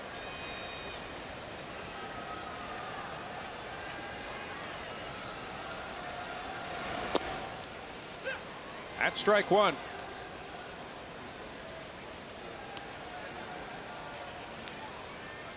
Mike Fiers went 5 2/3 innings. He allowed 4 hits and no runs, walking 1, fanning 5, hitting a batter. 290 pitches, 53 of them were strikes. 0-2 to Correa. Brandon Finnegan in 5 innings allowed 5 hits, 4 runs, walking 3, fanning 1, throwing 77 pitches, 40 for strikes. Inside outing it. Correa hits it down the right field line.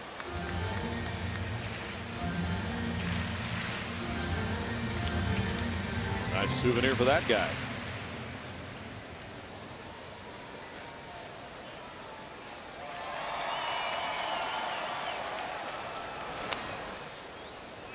Correa stays alive at 0-2 for Carlos.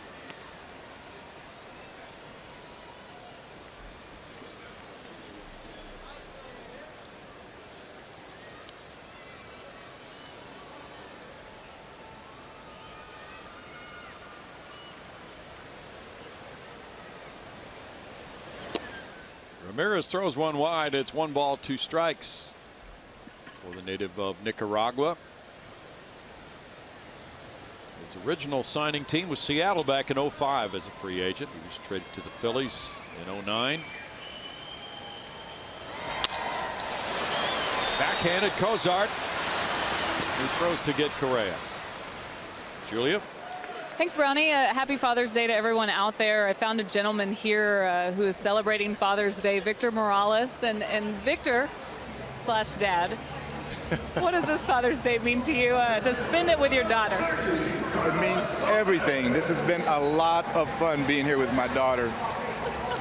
We're going to play this off. This is my dad, and it is really nice to have you and Mom here. Mom got the interview on Mother's Day, so we thought it'd only be fair to have Dad here. But thanks for driving down. And you are enjoying yourself, right? Well, every time I come to Houston, it's fantastic. I mean, after all, this is your hometown. And the way everybody says hi and watching Brownie with his 30 years, great time. Great time. We are having a great, you know, I am from Houston, so we have to point that out there. I grew up in Crandall, Texas, but these wonderful parents right here, they had me and my brother right here in Houston, so I am homegrown, guys, and they're happy to be back in Houston visiting me.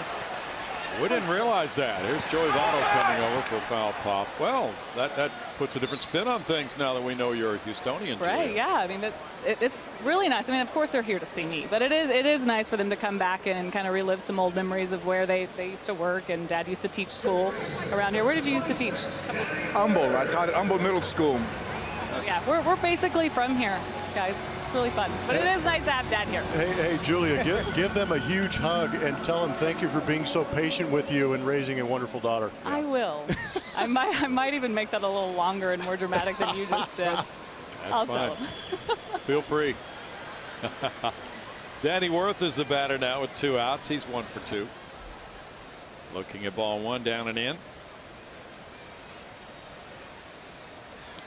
Worth brings that infielder's bat to the equation. He hasn't played a lot of third base, but has done that for the Astros. It was a shortstop by trade. 2 balls, no strikes. The Astros don't figure to give Altuve too many days off at second, but Worth can play there as well as he is today. Would have been great to hear the conversation between AJ and Altuve, because I know that Altuve really takes pride in going out there. Yeah, you're right. 3-0. And people wonder, well, the Astros have had 2 days off in the last week. But sometimes 1 day off is not really enough to give a player a rest for his legs.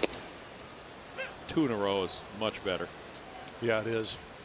But it's been an interesting week too with the was it Tuesday, Thursday, or the Monday, Thursday days off. 3-1 now for Worth.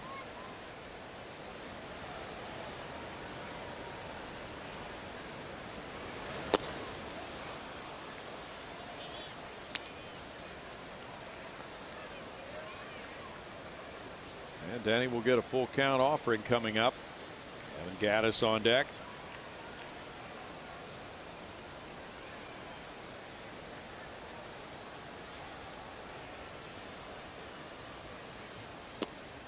Swung at a slider and struck out. That's a 1-2-3 sixth for Ramirez. 4-0 Houston after 4.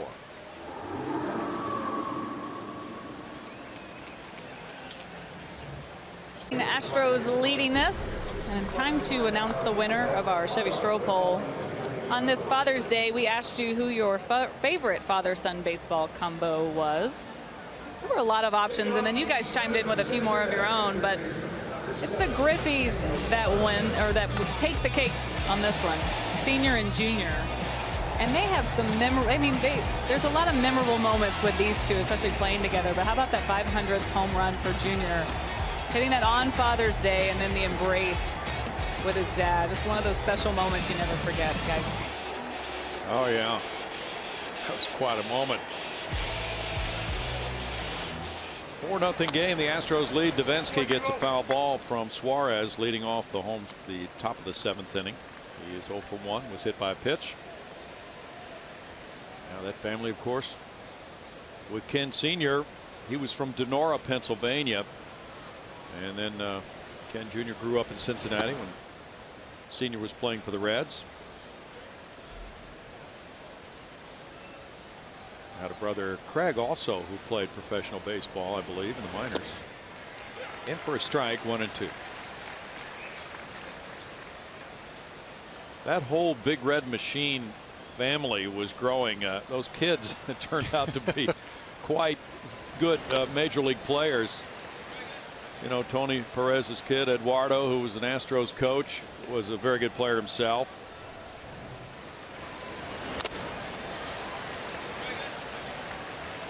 Foul ball. And Pedro Borbon's son was a pitcher, left-handed pitcher in the major leagues. Line to short, caught by Correa. 1 out. Of course, you got to mention Lance McCullers and his father, who played in the big leagues.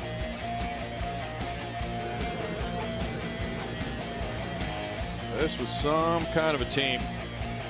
Big Red Machine years, mid-70s, back-to-back World Series titles in 75 and 76. Will McEnany, the closer there. That was the last National League team to win back-to-back World Series. Ball 1 to Hamilton. 1 ball, 1 strike. Maybe the Cubs will do it. Who knows? They've definitely stockpiled some talent to do it. They have, haven't they? 2-0. They're kind of the modern day Big Red Machine, the way they've been blitzing teams this year. They don't just beat them, they annihilate them. 3-1.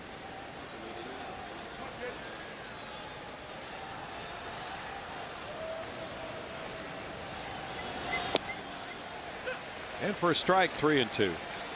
36,369 on this Father's Day at Minute Maid Park. That's some kind of a weekend attendance. It's a beautiful thing. Struck him out looking.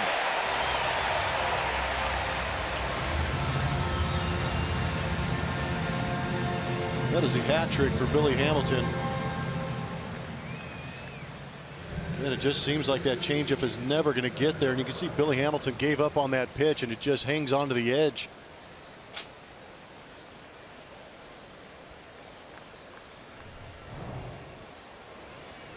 Tucker Barnhart takes a look at strike 1.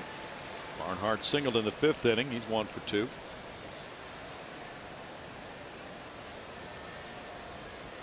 So well over 100,000 people have seen the 3 games in this series at Minute Maid Park. 1-1. And many will stay for a picnic in the park, a charity event on the field after the game today. Yeah.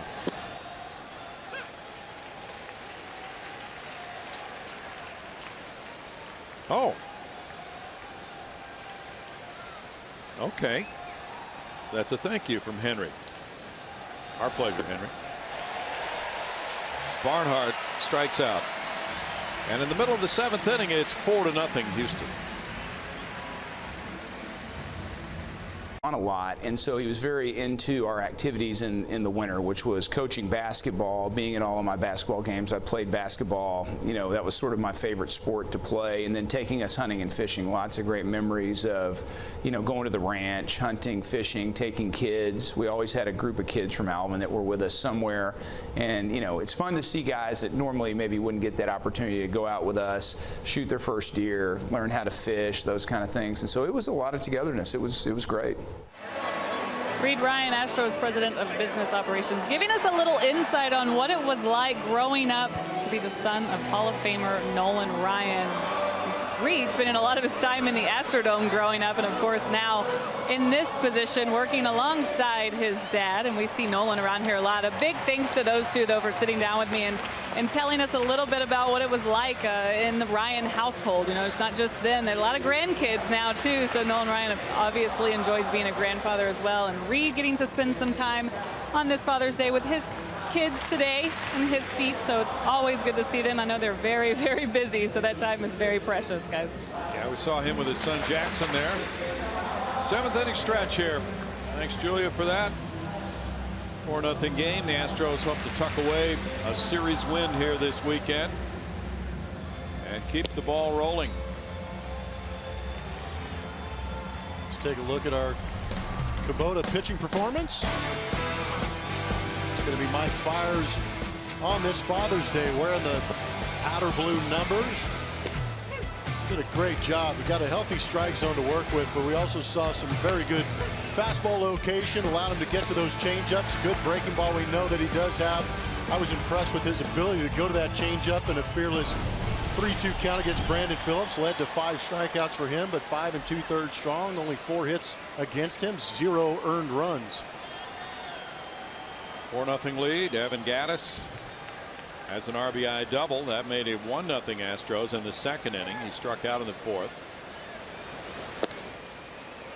Strike 1 on the slider from Ramirez. This Reds bullpen has an ERA of 6.04. Well, you wouldn't know it from their work this series. No balls, 2 strikes. They won in the 11th inning Friday night. Their relievers combined for 5 2/3 innings of 1-run baseball. Gattis bashes one to left. It is 5-0 Houston. Number 11 for Evan Gattis. That's 2 of 2 games for him. He hit one in the 7th inning yesterday.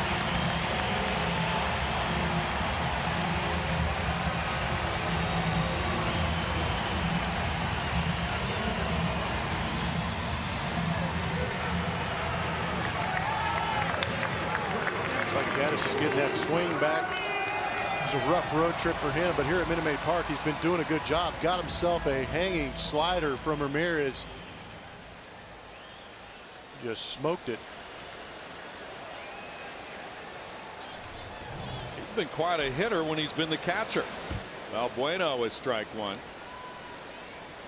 Gattis now, he's hit .283, 5 homers, 12 RBIs in his 11 starts at catcher before this game. No, that's a great call, and I really wonder what the record is with him back there too. 7-4. Nice. That's working on 8. Yeah, that's a 429 footer.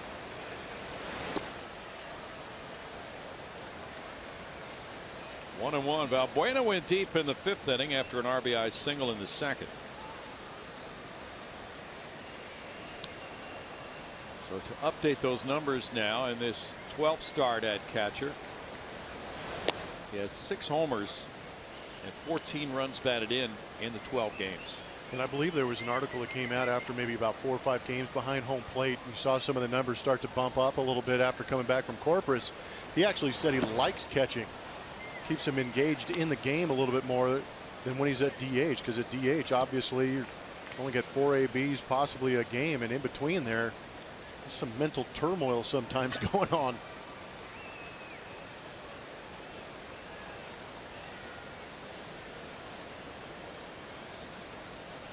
Five runs on 6 hits for Houston. The Astros have hit 2 long balls to give them 86 for the year.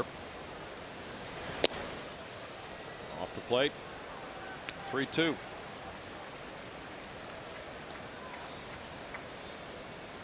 Bueno looks like he's trying to gear himself down a little bit.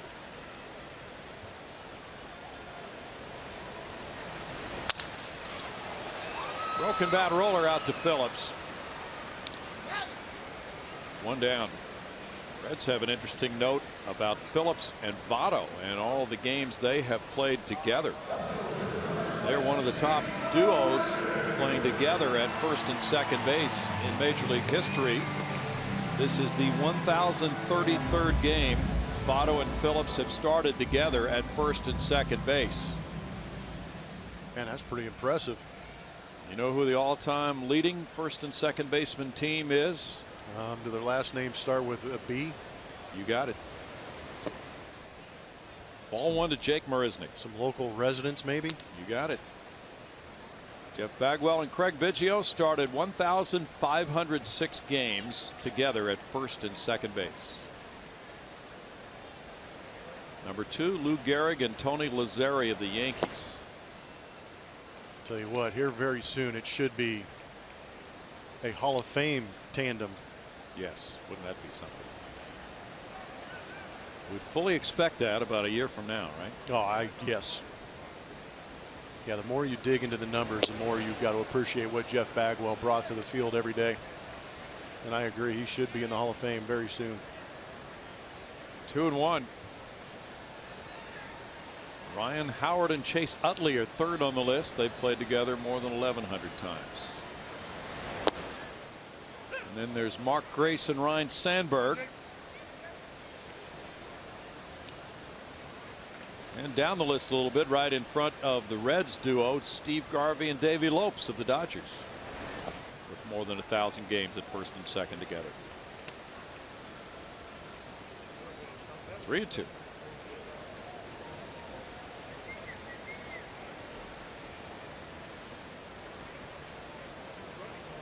Nap time. I'm still here.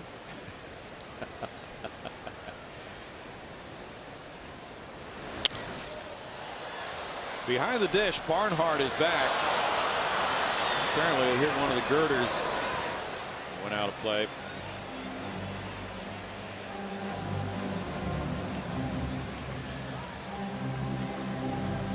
Well, you get to go home and have a late Father's Day celebration. Yes, I do. I'm looking forward to it. And when you and Ash and Julia get together in Kansas City, that Royals team is very difficult to beat right now, especially at home. Yeah, they play a good game at home. Kauffman Stadium for them has been a nice place to be. Struck him out looking. Second strikeout for Marisnick.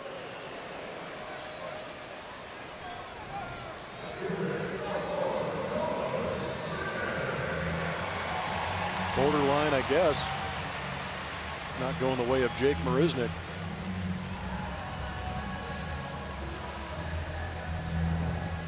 The Royals are 24-8 at home, Blummer. Why even go? George Springer is 0 for 3. He scored a run. Strike 1 to him.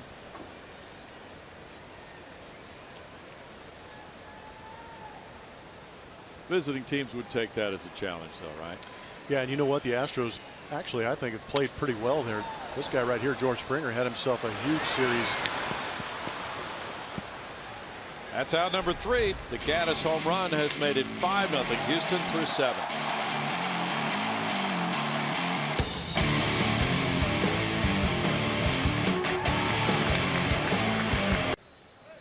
Playing to Win is brought to you by Toyota Tundra. Evan Gaddis, he's got the gear on today, and he's swinging some lumber too. Punishing that slider into the left field Crawford boxes.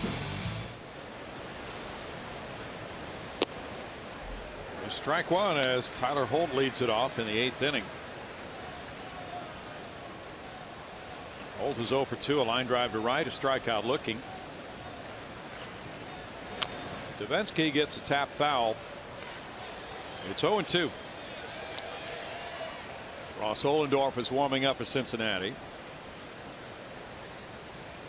Like Julia, he was born in Houston.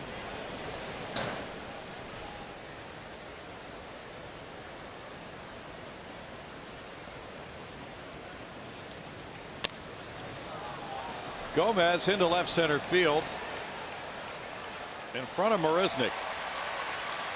1 out. This Father's Day, join Major League Baseball and the Prostate Cancer Foundation in the fight against prostate cancer by supporting the Home Run Challenge. Log on to MLBcommunity.org or PCF.org to learn more. Well, you and Alan Ashby welcomed Michael Milken to the booth when you were in Arizona.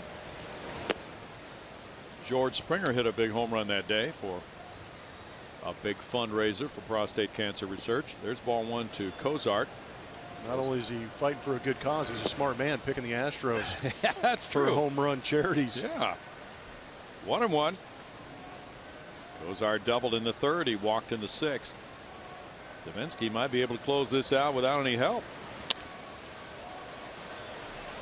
Marisnik in left. 2 outs. He's retired 6 in a row since he came in. It made it look relatively easy too. Just 26 pitches for Chris.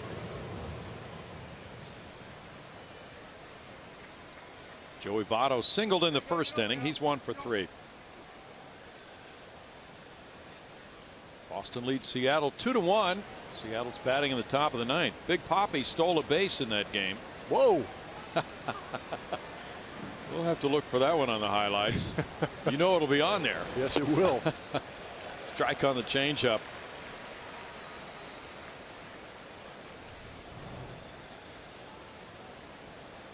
First pitch changeup. It's 0-2. Tell you what, Devo is fearless right now, attacking that strike zone.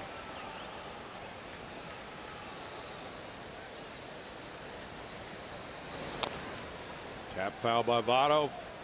That's what he does.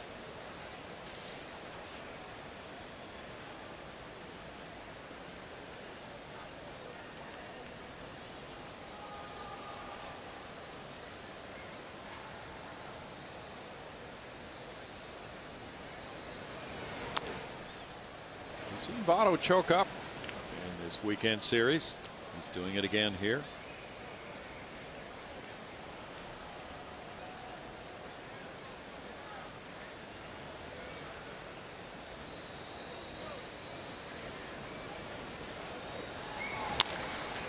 Line drive left. Marisnik lays out for it. Jake Marisnik makes another dazzling catch. That's now 7 in a row set down by Davinsky and friends.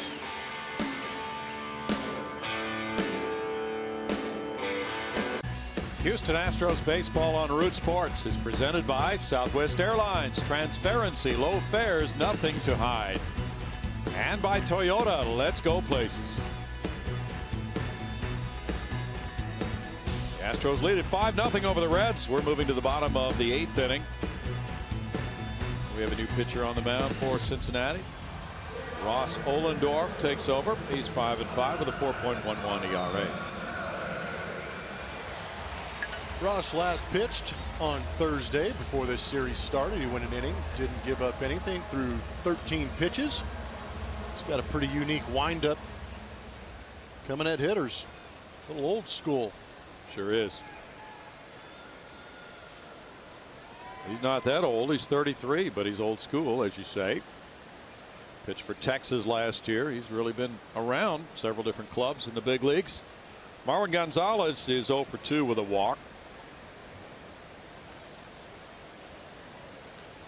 that big full windup. It's strike one. Ollendorf came up with the Yankees in 07. He went to Princeton University. He was with the Pirates for 3 years, then San Diego, then Washington.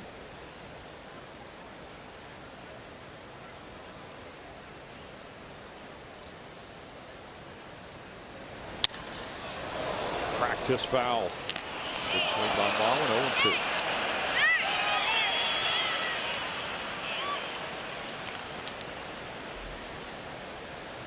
He gone. Yeah, he came on the field, so that's why he's going to be escorted out. Fans are not allowed to come on the field.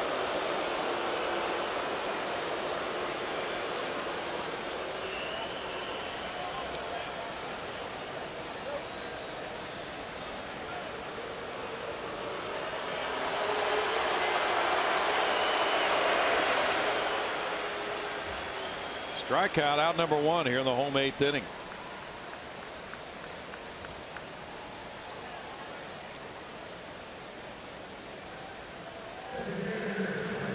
Jose Altuve is next. He got a sacrifice fly in the 5th inning for RBI number 39 of the year. That was one of those timing plays. Billy Hamilton made the great catch to rob him of an extra base hit. Marwin Gonzalez was doubled off first, but the run scored ahead of that play at first base. George Springer scoring to give Altuve the sacrifice fly. Ball one. Tremendous play by Hamilton. The second one in this series. Boy, he has left his mark on Minute Maid in center field. 2-0. Not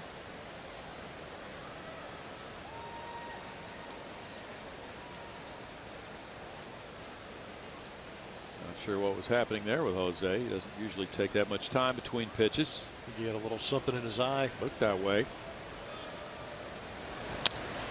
He got jammed here and popped it up. 2-1. Ollendorf was drafted by Arizona in 04 in the 4th round.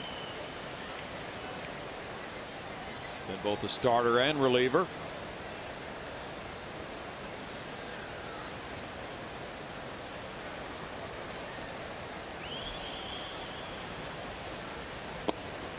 Off the plate.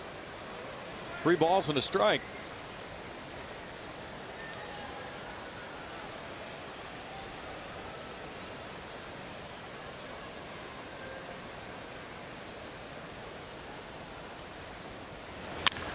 Ripped on a line. It's hooking and foul.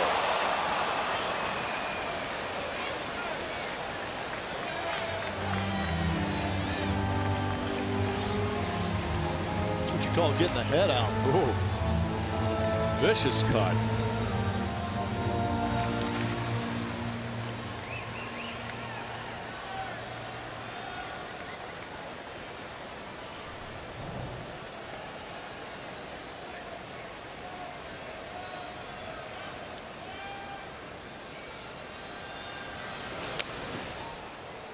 Might have been ball 4. Altuve swinging at a high pitch. Still 3-2. He's tough with 2 strikes in the count, though.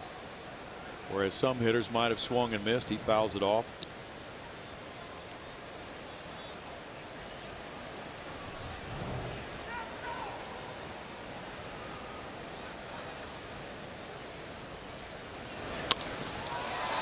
He gets a hit over shortstop. Isn't he amazing? That's his 93rd hit. Let's take a look inside the box score, brought to you by Jack in the Box. Most extra inning games in a single season since 1969. Man, those Astros in 1990, 27 of them. Wow. That might be the pace we're on. Good grief, it is. That seems a little excessive. 27?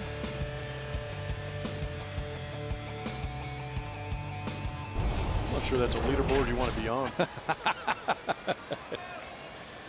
Carlos Correa is 0 for 2 with a walk. Yeah, we were looking before the game at the Astros walk-off hits this season. and all of them have been in extra inning games.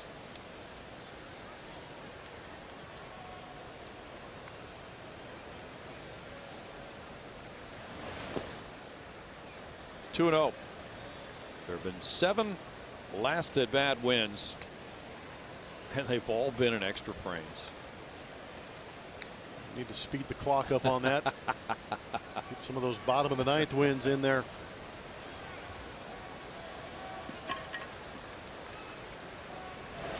Or, you know, statistically, a last at bat win in the bottom of the 8th counts. Yep. You wouldn't mind that, right? I was going to say, or you do what you're doing today. Put up a nice 5 spot, take advantage of your starting pitcher throwing 5 2/3 shutout, have somebody out of the bullpen come out and do a job like Devo's doing right now. Yes, that works. Everybody's happy.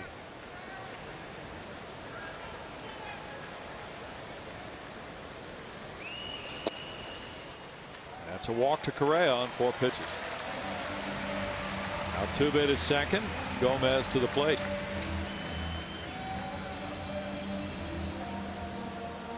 Correa now has drawn 2 walks in this game, 36 for the year. Gomez is 0 for 3. Correa last year drew 40 walks. He had 387 at bats. He's close to 40 right now. That's a sign of respect for what he did last year with the 22 homers and 68 runs batted in.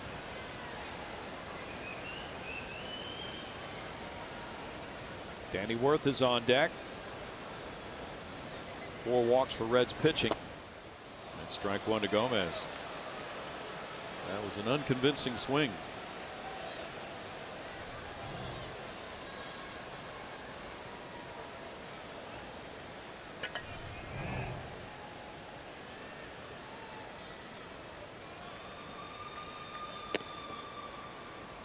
One and 1.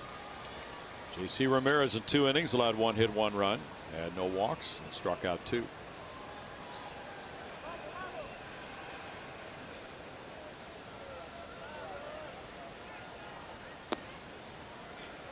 It's 2 balls and 1 strike.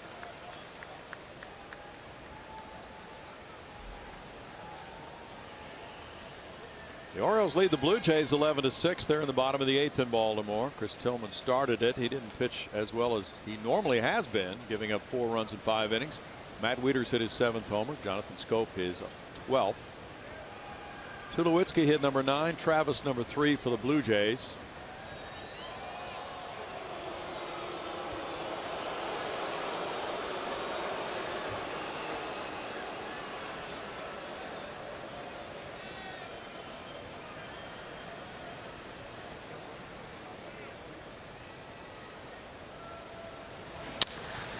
Line shot right field corner. Gomez has extra bases. Here's Altuve scoring.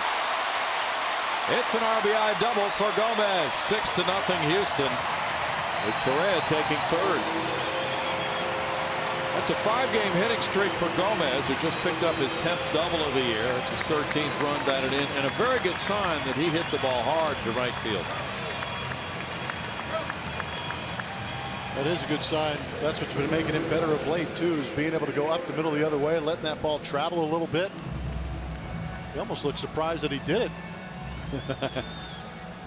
Good piece of hitting. Good situation to do it in too. Keep adding on those runs. Pad those stats. Give these fans what they want to see. Well, Gomez gets hit number 8 for the Astros. Mark Riggins out to the mound. We go to Julia Morales. MLB.TV Premium, the #1 live streaming sports service, delivers everything you have come to expect and more. Watch every out-of-market game live in HD on over 400 supported devices. It includes a free subscription to @That Premium, the #1 app for live baseball. Blackout and other restrictions apply. Visit MLB.TV for details. Infield will come in now with Danny Worth, the batter. Runners at 2nd and 3rd and 1 out. There's some stirring in the Reds bullpen. Worth is 1 for 3.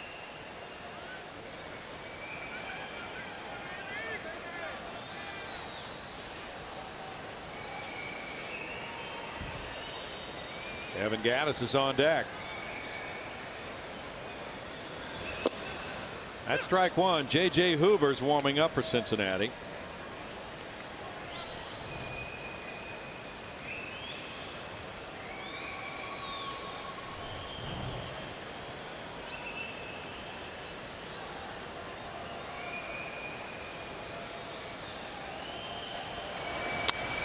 Ground ball, and it's gloved by the third sacker.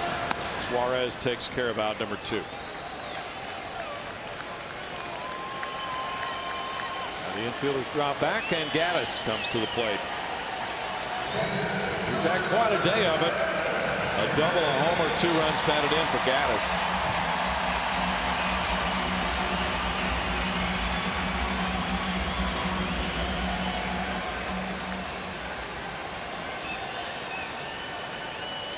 And he's catching a shutout.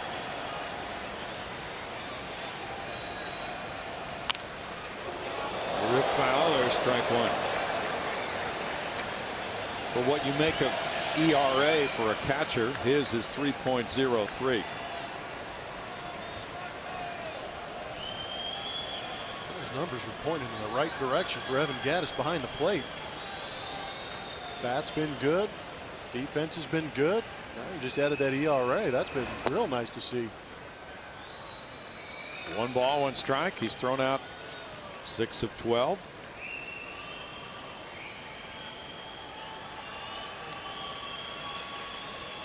All this while doing it on the fly because he couldn't work on catching in spring training with the injury coming back from surgery. Popped up. Suarez in from third to take care of out number 3. The Astros settle for 1 run on 2 hits. They strand 2 in scoring position. Through 8, they lead it 6-0.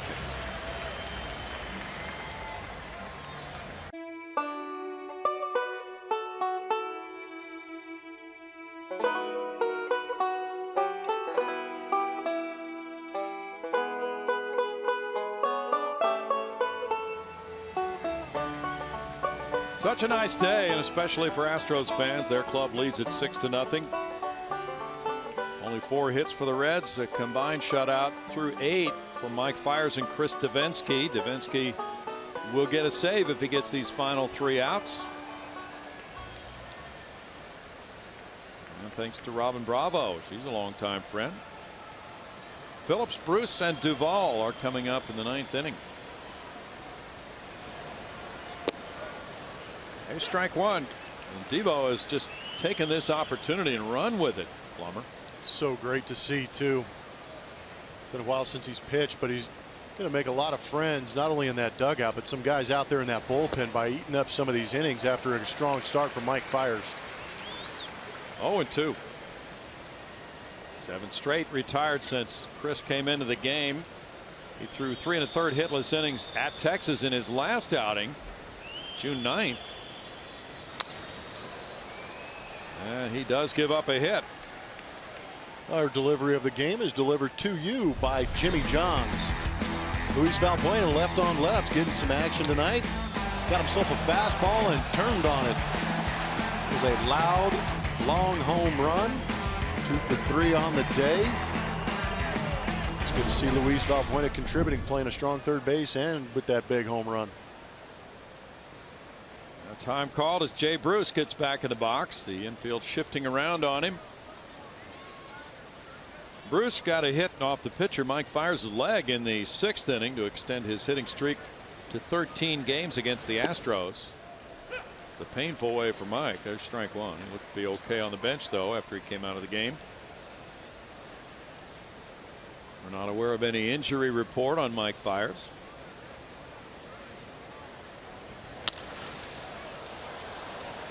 It's up the chute. Valbuena comes in for it. And goes over for it. 1 out.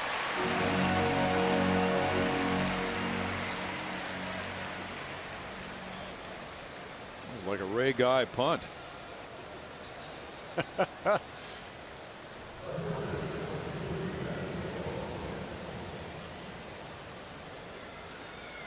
Fair catch for Valbuena. Adam Duvall is 0 for 3.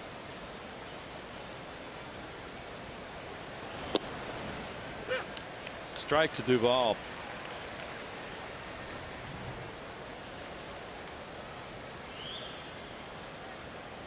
You know what they call that strike zone, Brownie?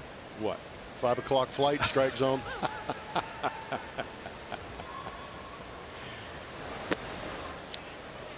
It's 1 ball and 1 strike. Did guys ever joke about that? Oh, yeah. Yeah. Oh, yeah. You heard about the famous Doug Harvey game. Which one? He had several, didn't he? It was the final game he worked in 1992. It was at the Astrodome. And he knew he was going to be umpiring home plate. So earlier in that series, he made the rounds and told players on both teams, you better be swinging the bat Sunday, boys. It's my final game.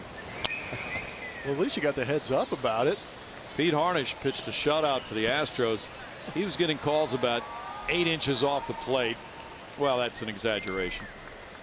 But, yeah, you had better swing the bat.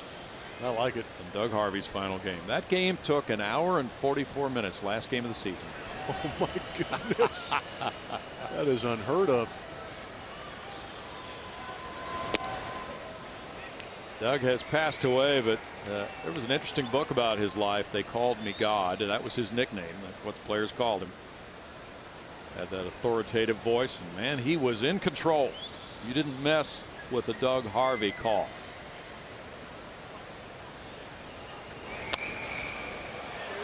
Lazy pop-up. Evan Gattis over. Davinsky gets out number 2. He has been quite an asset to this Astros team. His versatility has proven a real strength for these Astros.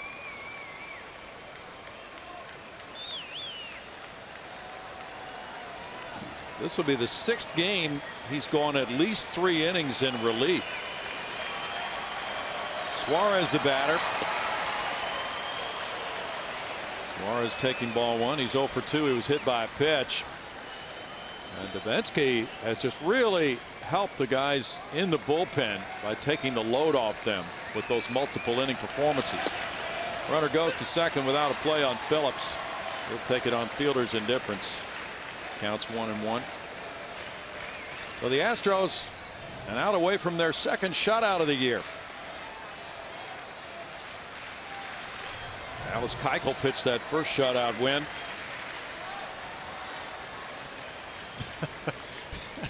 You always love it in these games. Pitcher and catcher get shocked when a guy gets out to second base, and they got to go over the signs when a runner gets to second base. Minor detail. Yeah, you bet.